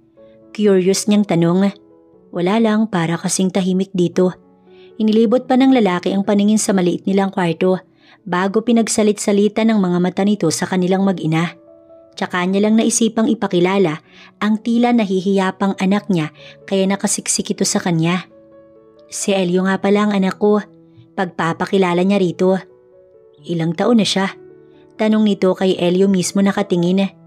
"Siyam na, kaso grade 3 pa lang. Nahinto kasi ng 1 taon. Naku, pasensya ka na ang daldal ko." Natutop bigla ni Jenny ang kanyang labi. Edad lang naman ang tinanong nito. Naging seryoso bigla ang lalaking napatingin sa gawin ng kanyang anak. Matama nito iyong pinag-aralan. Mahiyain ang anak niya at hindi marunong makisalamuha, kaya napasiksik ito sa kanya. "Elio, wag kang matakot sa akin ha. Mabait ako. Pwede mo kong tawaging tito. Bukas gusto mo ipasyal kita?" Approachable ang pagkakasabi ni Curso para hindi ito matakot sa kanya. Lalong lumakas ang kanyang pakiramdam na anak niya ito matapos sabihin ni Leia or Jenny na 9 na taon na si Elio. Hindi siya maaaring magkamali. Kailangan niyang magkaroon ng bagay mula kay Elio para sa DNA. Pero hindi niya pwedeng madaliin. Ayaw niyang matakot ang mag-ina sa kanya. Maaaring may amnesia ang kanyang asawa kaya hindi siya nito maalala. "Ayoko po kapag hindi kasama si Mama." Tugon ni Elio na umiling at gustong magtago sa likod ng ina. "Pasensya ka na, Curso. Hindi lang talaga siya sanay sa ibang tao." Muli ay humingi ng paumanhin si Jenny. Tumango ang lalaki at tumitig sa asawa. Naroon ang pagnanais na ito ay yakapin. 10 taon siyang nangulila rito at masayang-masaya siya ngayong buhay ang asawa. Nahahawakan at nakikita at patutunayan niyang ito ang kanyang asawa. "Ano?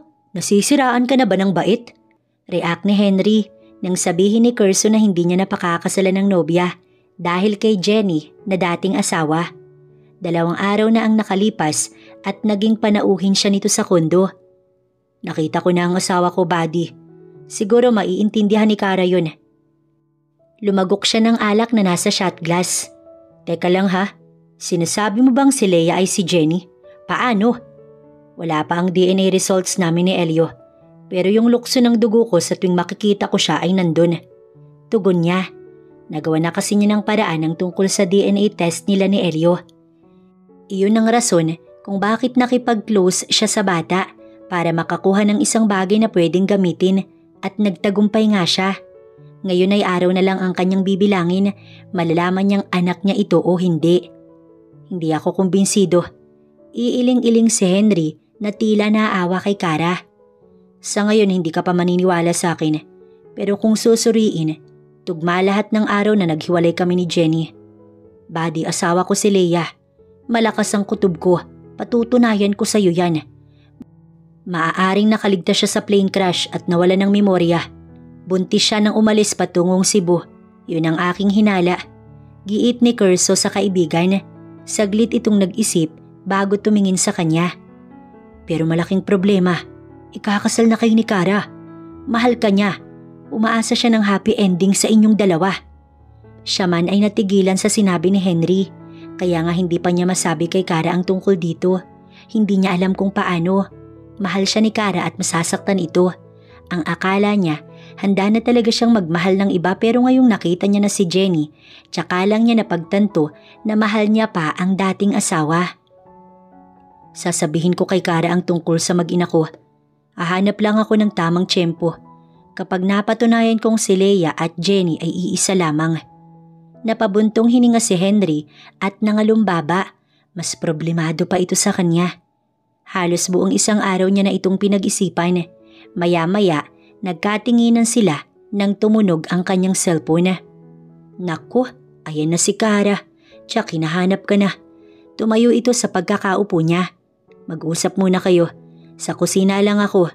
Magluluto ng pulutan. Pagkuway tumalikod. Ilang segundo niyang tinitigan ng screen bago ito sinagot. Babe, kanina pa ako sa bahay mo. Malungkot ang bungad ng boses nito. Nararamdaman siguro ni Kara na umiiwas siya rito. I'm sorry, nagkaayaan kasi kami ni Henry mag-shot. Bumuntong hininga ito. Ano bang nangyayari, Curso? May usapan tayong titingin ng wedding ring ngayon, pero nakalimutan mo na. Naiiyak ang boses ni Kara sa kabilang linya. Totoong nawala sa isip niya ang tungkol sa kasal nila, or mas tamang sabihin na hindi niya na gustong magpakasal. Siguro kailangan niya nang kausapin si Kara tungkol kay Jenny. Uuwi ako dyan. Hintayin mo ako, okay? Hindi niya na inintay pa ang sagot nito at pinatay ang linya. Ngayon pa lang ay dapat niya nang kausapin si Kara. Alam niyang masasaktan ito pero may pamilya na siya. Nagpaalam kaagad siya kay Henry tsaka umalis na. Sa bahay ay masaya siyang sinalubong ni Kara at ramdam niyang namiss siya nito. Nakadama siya ng awa sa nobya dahil masasaktan niya ito. Pero mas masakit para sa babae kung patatagalin niya pang sabihin ng tungkol sa kanyang mag-ina. Thank you at dumating ka. Akala ko talaga uuwi akong hindi kita makikita. I love you, Curso. Pinigilan niya ang kamay nitong humaplos sa pisngi niya at inalalayan nitong umupo. Kara, may sasabihin sana ako sa'yo. Natigilan muna ang babae pagkakita sa seryosong mukha niya at tumango ito sa kanya. Siya naman ay tinatansya ang magiging reaksyon nito. Tila dama na ni Kara na hindi tugma sa kagustuhan ng dalaga ang kanyang sasabihin. Nakita ko na si Jenny. Panimula niya. Nakita ko na ang mag-ina ko. Dagdag pa ni Curso. Umawang ang labi ng nobya at tumitig sa kanya. Nabasa kaagad ni Curso ang sabay na reaksyon sa mga mata nito. Pagkagulat at pagkalungkot. Na masasaluha ang mga matang yun. Alam ni Kara ang tungkol sa mapait niyang nakaraan, katulad kung paano niya alam ang masakit din itong nakaraan. Kaya ngayong naibalik na sa kanya ang asawa, magiging doble ang sakit na naramdaman nito noon lalo at ikakasal na sila. Napatayo ito sa kinauupuan at hindi niya inaasahang luluhod sa kanyang harapan. Curso, huwag mo kong iiwan. Gagawin ko lahat. Hindi kita pagbabawalang makasama ang pamilya mo. Pero bigyan mo ko ng kahit na kaunting oras. Hindi ko kayang mawala ka. Mahal na mahal kita. At sunod noon, humahagulgol itong yumakap sa kanya. Napabuntong hininga siya't hindi alam kung paano ito aaluin. Marahan niyang kinabig si Kara at hinaplos sa likuran. Hindi pwedeng madaliin ang paghihiwalay nila. Ang mahalaga sa kanya, nasabi niya na ang tungkol sa kanyang mag-ina. Matagal sila sa ganoong ayos. Hinayaan niya itong umiyak hanggang sa tumigil. Kahit ano pang gawin ni Kara, hindi na nito mababago ang lahat. Sa gabing yun, hindi niya mapilit na umuwi ang babae, kaya hinayaan niya na muna itong matulog sa kanyang unit. Siya naman ay umuwi sa kanyang apartment. Nag-iwan na lang siya ng sulat para kapag nagising, alam ng babaeng nasa opisina na siya. Gusto niyang maunawaan siya nito, ang kaso hindi ganun kadali yun. 10:00 ng gabi, pumarada ang sasakyan niya sa tapat ng bagong apartment.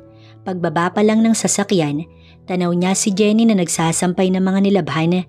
Matagal siyang natitigilan habang nakatitig sa basang suot ng dating asawa. Dama niya ang pananabik dito. Curso, nagulat pa ito pagkakita sa kanya. Namilog ang mga mata. Gabi na, hindi ba pwedeng bukas na yan? Worried niyang saad na lumapit dito. Maghapon itong nagtatrabaho kaya ang gusto niya, nagpapahinga ito pagdating sa bahay. Kailangan kasi yung iba nito uniform ni Elio. Yumukod ito upang kumuha ng ihanger na damit. Nakalimutan siguro nitong walang suot na pangilalim kaya hindi naman sinasadya na silip niya ang bukana nang hinaharap ni Jenny nang yumuko upang kunin sa timba ang sampayin. Dahil dito, nakita niya ang nunal na palatandaan niya sa asawa. Hindi siya nagkakamali. Asawa niya nga ang nasa harapan niya. Nag-init bigla ang kanyang buong pakiramdam at hindi mapigilan ang sariling yakapin ito at siilin ng halik sa labi na ikinagulat ni Jenny. "Curso!" Sa gulat ni Jenny, napahawak siya sa matigas na braso ng lalaki na nakapalupot sa kanya. Halos magkanda buhol-buhol ang kanyang hininga nang buhatin siya nito papasok sa kanilang silid at ilakyon. Dinig niya na lang ang paglagitik ng siradora at isinandal siya sa pinto ng lalaki. "Jenny, ikaw ang asawa ko. Ikaw ang nawawala kong asawa." Humihingal ang lalaki habang ikinukulong ang magkabilang pisngi niya sa palad nito. Titig na titig ito sa kanya habang siya nagugulumihinan. Habang nagkukumahog siyang makawala sa yakap ng lalaki ay napapailing siya. Nagiinit ang buong katawan niya na nakadikit sa lalaki at nag-iiba ang kanyang pakiramdam. "Hindi ikaw ang asawa ko. Si Gary." Sinusian ng halik nito ang labi niya kaya nalunok niya ang ano pa mang sasabihin. "Curso, bitiwan mo ko. Hindi mo alam ang ginagawa mo." Inilagay niya ang dalawang kamay sa pagitan nila at itinulak ito sa matigas na dibdib pero tila bakal ang katawan ng lalaki at hindi niya matinag. Tinanggal nito ang dalawang kamay niya at ngayon ay nasa magkabilang tagiliran niya na at parehong pigil ng kamay ng lalaki. Hindi niya maintindihan ang nangyayari, subalit dalang-dala siya sa matamis na halik nito. Nangihina siya at nawawala sa wisyo. Para na siyang lantang gulay nang ihiga ni Curso sa sahig.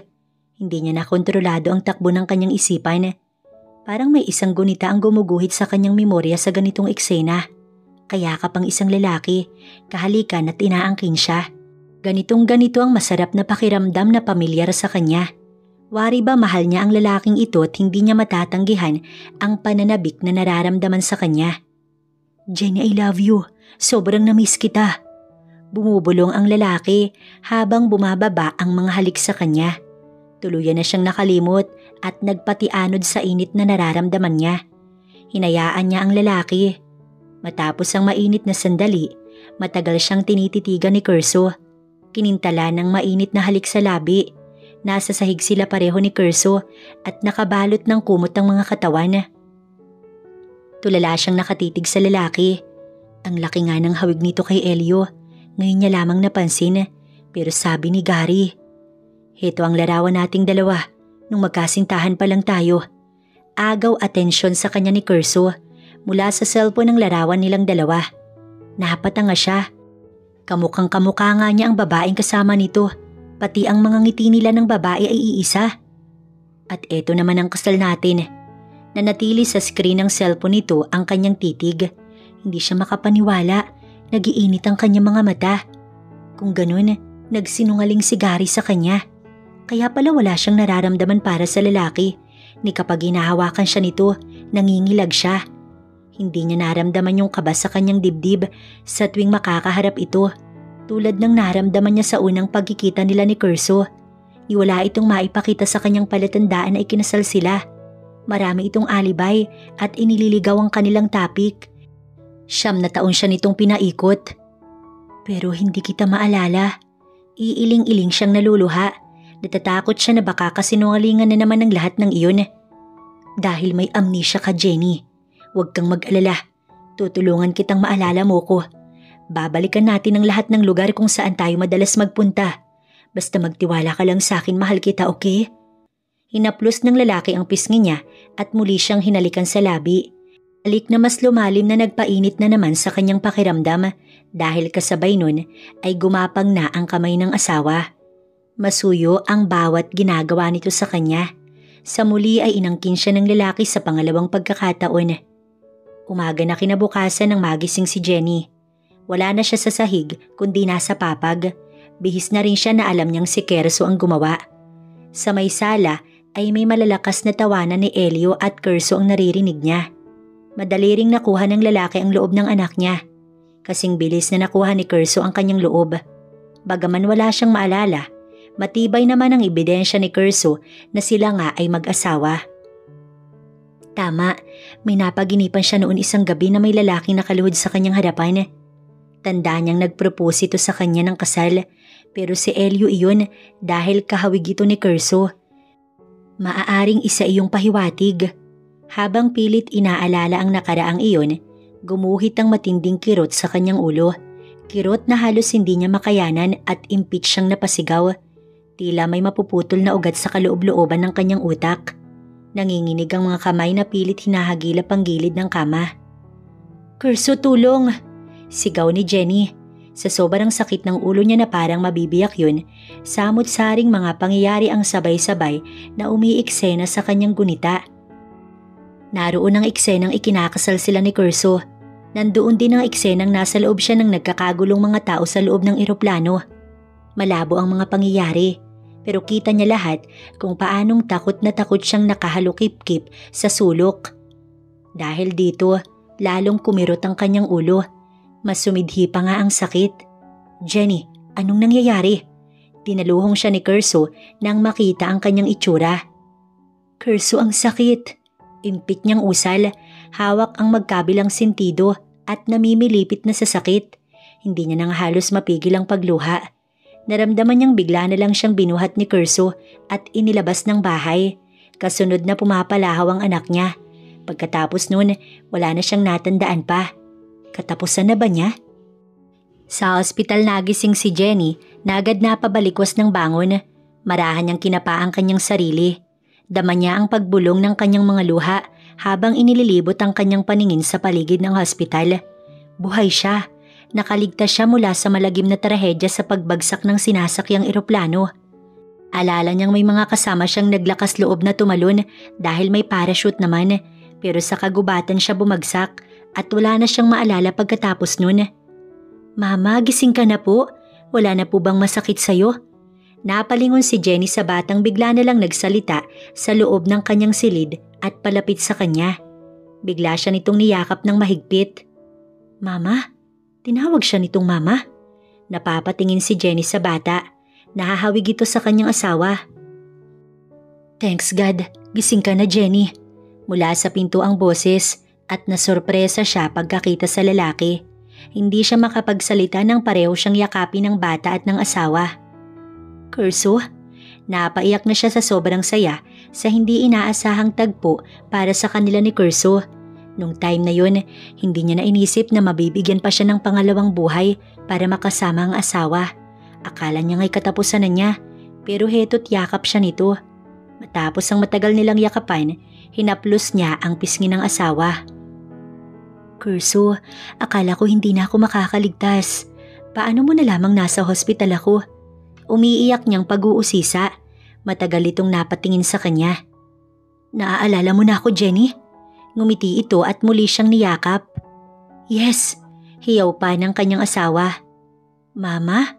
Nagtataka naman ang batang nakatanga sa kanila ni Curso. Kung ganun, nagkaanak sila noong mga panahong wala siyang maalala.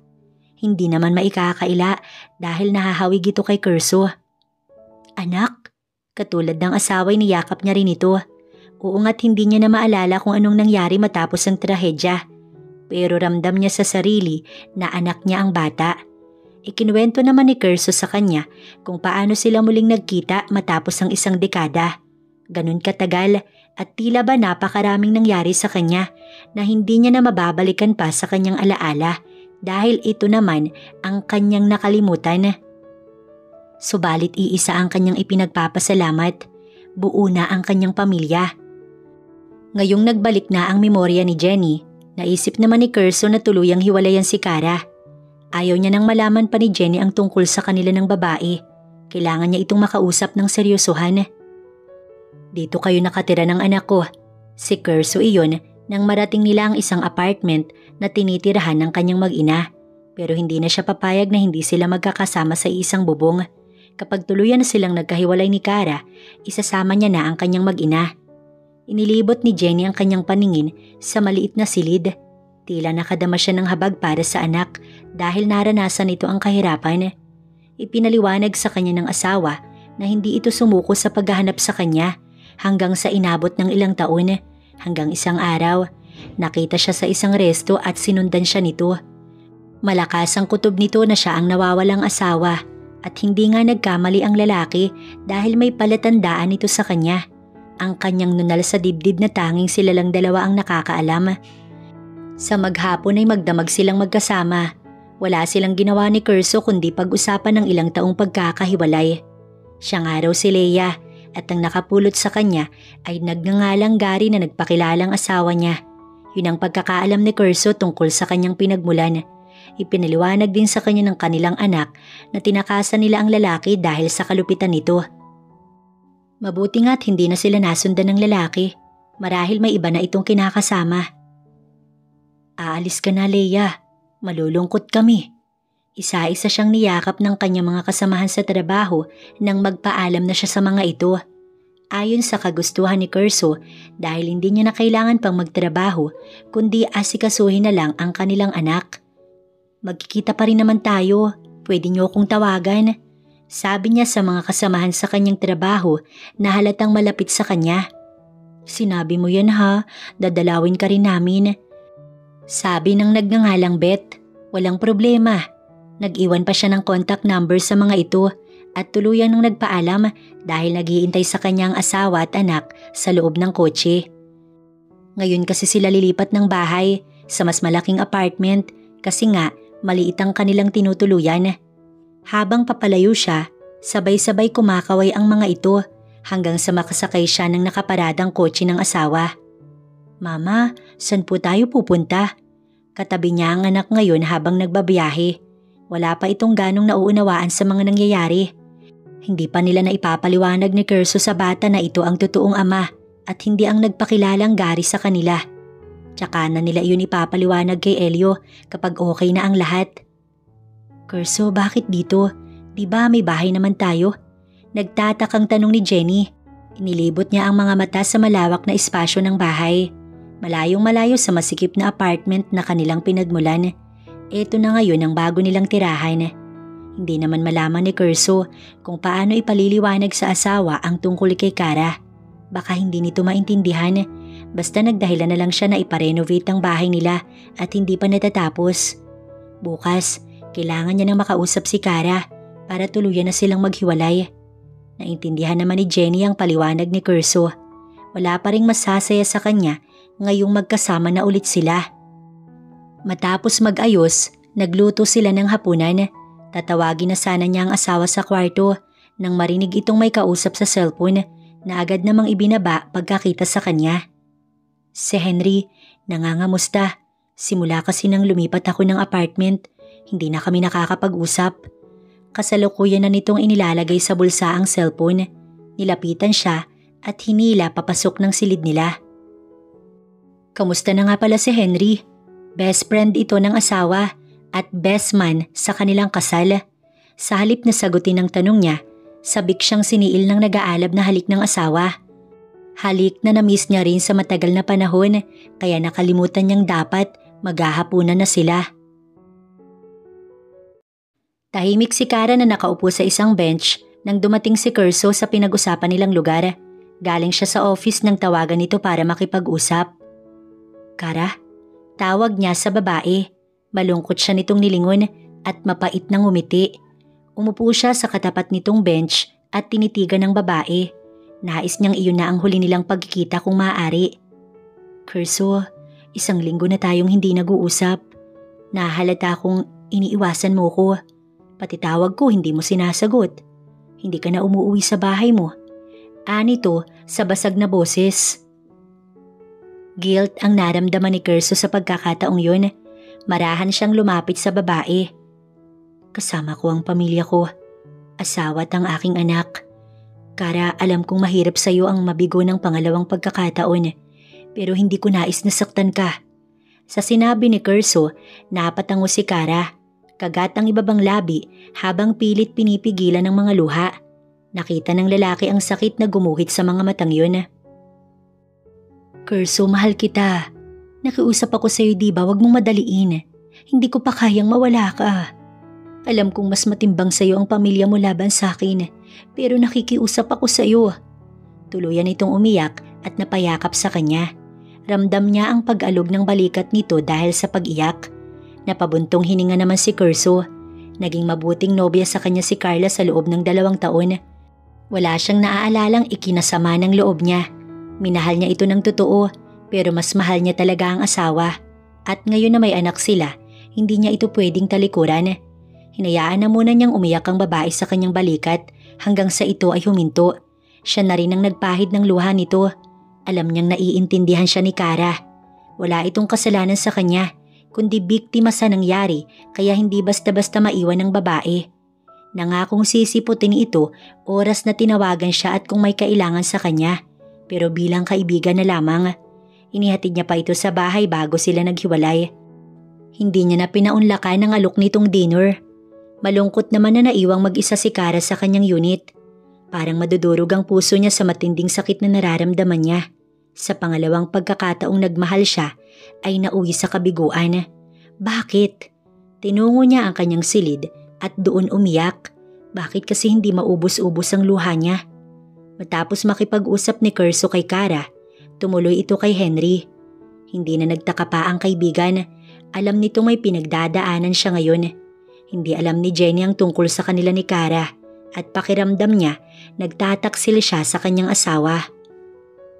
Anong plano mo ngayon, buddy? Naglapag agad ng 2 inka ng kaibigan sa kanyang harapan.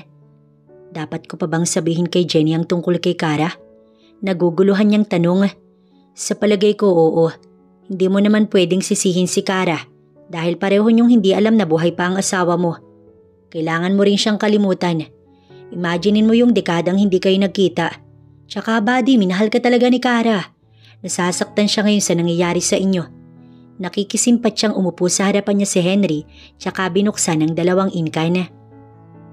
Hindi nakapagsalita si Curso dahil may punto ang kaibigan. Kung wala nga lang itong kasintahan, baka sinabi niya ng si Cara na lang ang ligawan nito. Pero alam ni Curso kung gaano kamahal ni Henry ang nobya.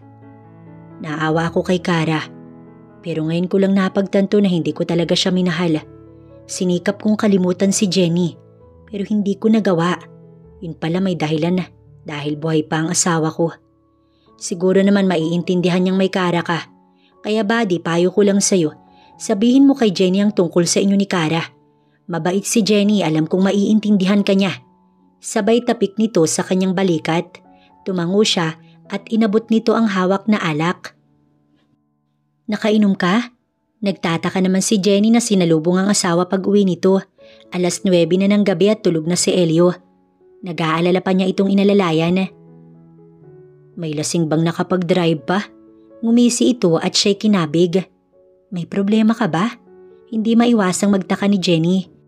Nararamdaman niyang may inililihim sa kanya si Curso. Problema? Wala, love.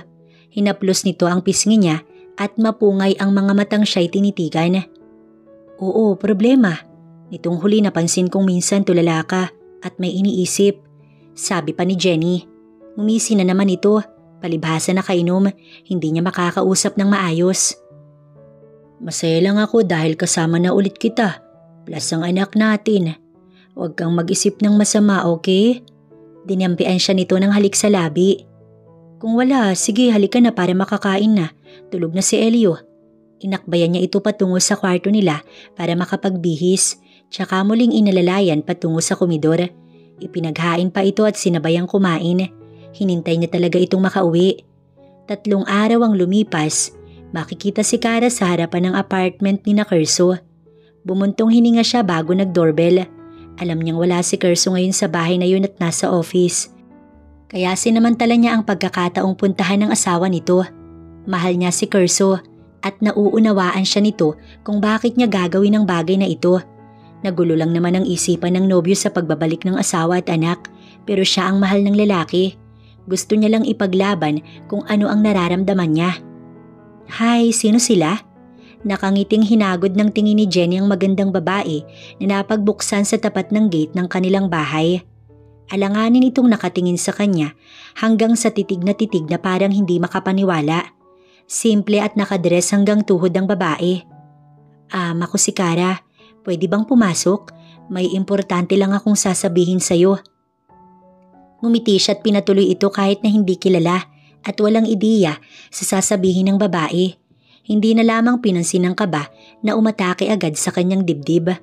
Matapos paupuin sa sofa ang panauhin, inilibot nito ang paningin sa kabuuan ng kanilang sala bago kinuha ang cellphone sa bag. Umupo din siya sa tapat nito para mapag-usapan ng sadya sa kanya ng babae. Iisa lang ang sadya ko kaya ako nagpunta dito. Panimula ng babae sa mahinang boses. Siguro naman, hindi lingid sa'yo na matagal kang nawala. Hindi inaasahan ni Curso na buhay ka pa. Nung mga sandaling yun, ako ang nasa tabi niya.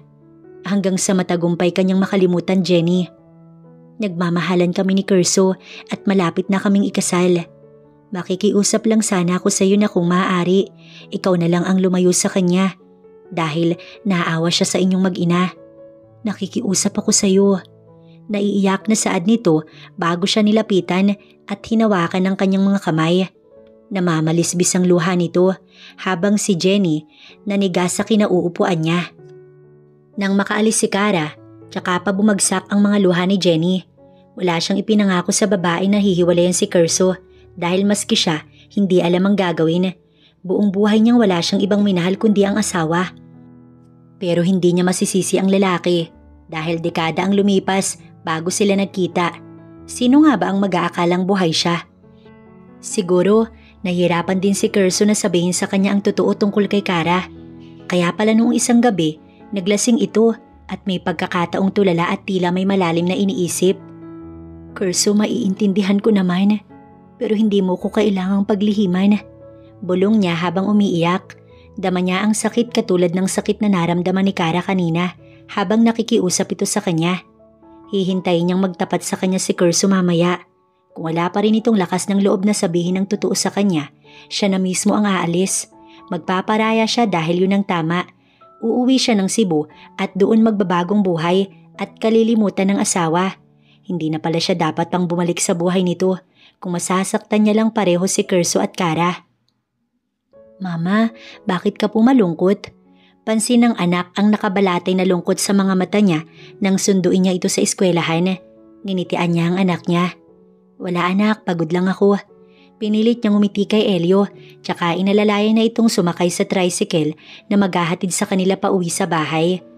Mabutit hindi na nag-usisa pa ang anak niya. Hindi naman talaga siya pagod dahil wala namang ginagawa kundi ang maglinis ng bahay, magluto para sa kanyang mag-ama. Mabigat lang ang kanyang pakiramdam dahil buong akala niya magiging masaya na siya, pero hindi pa pala. Bagkus, tuluyan nang mawawala sa kanya si Curso.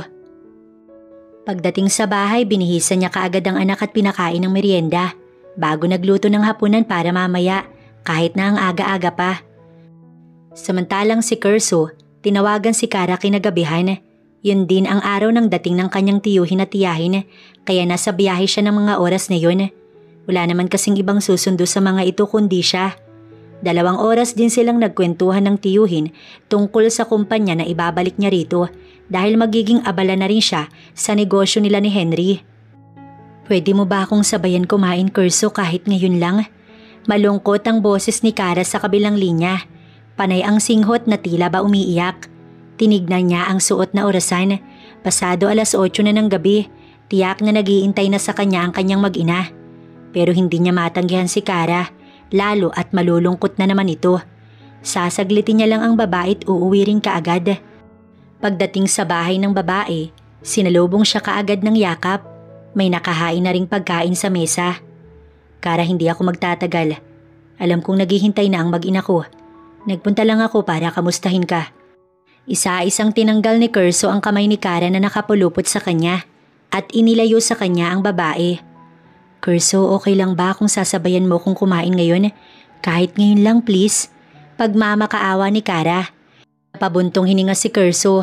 Naisa na niyang tanggihan ng babae. Kaso lamang ay nalulungkot ito. Kaya minabuting sabayan na lamang niya sa pagkain. Salamat, Curso, hindi mo ko tinanggihan. Nakangiti na ngayon ang babae nang umupo siya sa harapan ng mesa. Tumango ang lalaki, tsaka sila nagsimulang kumain. Kamusta na nga pala ang business ninyo ni Henry? Habang kumakain ay pag-uusisa ni Kara. Asikasong-asikaso siya katulad ng dati. Eto na rin ang naglagay ng pagkain sa kanyang plato. Okay naman, si Henry muna ang pansamantalang nag-aasikaso. Kara, kung pwede sana, eto na ang huli nating pag-uusap. Ang totoo kasi niyan, hindi ko pa nasasabi kay Jenny ang tungkol sa atin. Ayokong mabigla siya at masaktan. Sana maintindihan mo kung sa susunod, hindi na kita masasamahan sa ganitong pagkakataon. Hinging paumanhin ni Curso. Sa muli ay nalungkot si Kara na tumingin sa kanya bago tumango. Salamat. Kinuha ni Curso ang isang basong juice at uminom. Wala itong kamalay-malay na may inilagay na pampatulog si Kara doon. Pagkatapos nitong uminom, napahawak sa sintido ang lalaki. Tinignan lang ito ni Kara na alam nitong tumalabang sleeping pills na inilagay niya sa inumin ng lalaki. Hindi nagtagal, tulog na sumubsob sa mesa si Curso. I'm sorry Curso, pero kailangan kong gawin to. Hindi ko kayang mawala ka. Mahal na mahal kita. Malungkot na saad ni Kara at tumayo sa kanyang kinauupuan at inalalayan ng tulog na lalaki. Dinala niya ito sa kanyang silid. Sa gabing yun na hindi makakauwi si Curso, iisipin ni Jenny na nasa kanya ang lalaki. At siguro naman, eto na mismo ang lalayo sa nobyo niya. Dahil mas mahal siya ng lalaki, hindi na nito hahabulin pa ang asawa at anak nito. Dahil dito, matutuloy ang kasal nila. Yun ang tumatakbo sa kanyang isipan ngayon. Samantala pasado 9:00 na ng gabi, hindi pa makatulog si Jenny. Wala pa rin si Curso. Hinihintay niya itong dumating para sabay silang kakain. Subalit heto, tulog na ang anak nila, wala pa ang asawa. Hello? Hindi siya nakatiis na tinawagan ng asawa para matigilan dahil boses babae ang sumagot sa cellphone. Si Curso, pwede ko ba siyang makausap? Tanong niya sa pag-aakalang sekretarya ni Curso ang sumagot. Jenny, si Kara to. Magkasama kami ni Curso ngayon at pasensya na hindi siya makakauwi. Sinabi ko naman kasi sa'yo na mahal niya ako. Kaya sana ikaw na ang kusang lumayo sa kanya dahil nahihirapan siyang magdesisyon. Saad ng babae sa kabilang linya. Sabay-sabay na naghabulan ng kanyang mga luha sa narinig habang unti-unting napapaupo sa kalapit na silya. Nasasaktan siyang pinutol ang linya. Kailangan niya ng magdesisyon ngayon pa lang sa alam niyang makakabuti para sa kanilang lahat. Isang buwan nang lumipas matapos umalis ni Jenny sa poder ni Curso ay naging okay naman sila ni Elio. Ang planong umuwi ng Cebu ay hindi itinuloy. Tiyak na masusundan sila ni Curso. Yun ay kung may pakailan pa ang lalaki sa kanila. Nangungupahan silang mag-ina sa isang maliit na apartment malayo kay Curso. Ayaw niya nang guluhin pa ang lalaki at si Kara. Ayaw niya nang mahirapan pang magdesisyon nito kaya siya na lamang ang kusang umalis. Noong una nahirapan siyang ipaliwanag kay Elio ang lahat kung bakit nila nilisan ng ama. Ang paliwanag niya lang ang kailangan. Matalino naman ito at madaling makaunawa. Inilipat niya rin ng school ang kanyang anak kung saan malapit sa kanilang tinitirahan. Congrats Mrs. Buntis ka! Masaya ang babaeng doktor na nag-assist sa kanya dito sa health center habang iyon ay sinasabi. Ilang araw na siyang nahihilot nagsusuka tuwing umaga kaya naisipan niyang magpa-check up at agad siyang nag-PT. 2 guhit ang lumabas kaya buntis nga siya. Hindi magawang umiti ni Jenny dahil parang problema ang sumampal sa kanya. Nanlamig pa nga siya na hindi mawari. Pinagpawisan ng malagkit. Magdadalawa na ang anak niya. Paano niya bubuhayin ng mga ito? Sa bagay kung nakaya niya nga noon kay Elio, ngayon pa kaya? Binigyan lamang siya ng vitamins ng doktor tsaka siya umuwi na. Habang naglalakad, tulala si Jenny at iniisip ang magiging kinabukasan ng 2 anak niya. Hindi niya na kailangan pang umasa ngayon sa dating asawa. Nakita ko na siya, buddy. Pagbabalita ni Henry kay Curso habang sinusundan ng tanaw si Jenny na naglalakad galing ng health center. Nasaan ang asawa ko? Napatayo bigla si Curso sa kanyang kinauupuan nang marinig ang sinabi ni Henry sa kabilang linya. Nasa opisina siya ngayon pero dali-daling tinawag ang kanyang sekretary at kinansila lahat ng kanyang appointment dahil mas mahalaga sa kanyang puntahan ng asawa. 1 buwan na rin ang lumipas. Simula nang umalis si Jenny kasama ang kanilang anak at wala siyang tigil sa paghahanap sa kanyang mag-ina. Natakot siyang dekada na naman ang muling lumipas bago ito makita kaya nagpatulong na siya kay Henry. Send ko ang address sa'yo, buddy. Sa kabilang linya ay saad ni Henry. Kasalukuyan ang nasa elevator si Curso para tunguhin ang nakaparadang sasakyan sa parking. Salamat, buddy. Hihintayin ko. Ibinaba na niya ang linya at ibinulsa ang kanyang cellphone. Hindi pa man niya nararating ang kanyang nakaparadang kotse. Tumunog na ang cellphone at address ni Jenny ang bumungad sa kanya na ipinadalang mensahe ni Henry. Halos paliparin niya ang sasakyan para lamang marating ang address na kinaroroonan ni Jenny. Nadatnan pa niya ang nakaparadang kotse ni Henry sa tapat ng isang lumang apartment. 2 oras din ang biyahe niya bago narating ang lugar. Salamat, buddy. Tinapik niya ang balikat nito ng lapitan. Mabuti na lang, may nakapag-report sa akin na nakita ang misis mo. Naku, buddy, itali mo yung asawa mo sa tabi mo. Ang hilig sa hide and seek. Tumatawang wika ni Henry. Malaki ang utang na loob niya sa kaibigan. Hindi lang dahil nahanap nito ang kanyang mag-ina, kundi pinaliwanagan din ito si Kara. Dahil sa totoo lang, binalak nitong sirain ang pagsasama nilang mag-asawa. Lihim pala nitong pinuntahan si Jenny at pinakiusapan na layuan siya. Pagkatapos ay pinatulog siya sa apartment nito at kung ano-anong pinagsasasabing kasinungalingan sa kanyang asawa, kaya ito na ang umalis. Hindi na niya nadatnan sa umagang yun ang kanyang asawa at anak, pati ang iilang damit. Iniwan siya nito ng walang paalam. Sa sulat ay humingi ito ng pasensya kung bakit ito umalis. Sinabing malaya na sila ni Kara. Pero nung araw na yun, namuhi siya kay Kara dahil sinira nito ang relasyon nila ni Jenny. Hindi niya ito nais patawarin sa ginawa sa kanya kung hindi pa ito nagmakaawa. Sa ngayon ay nasa ibang bansa na si Kara na hindi niya nakinausap. At ang gusto niyang gawin, buuin ang kanyang pamilya na matagal nang nawalay sa kanya. Pagdating ni Jenny sa bahay, naglinis kaagad siya.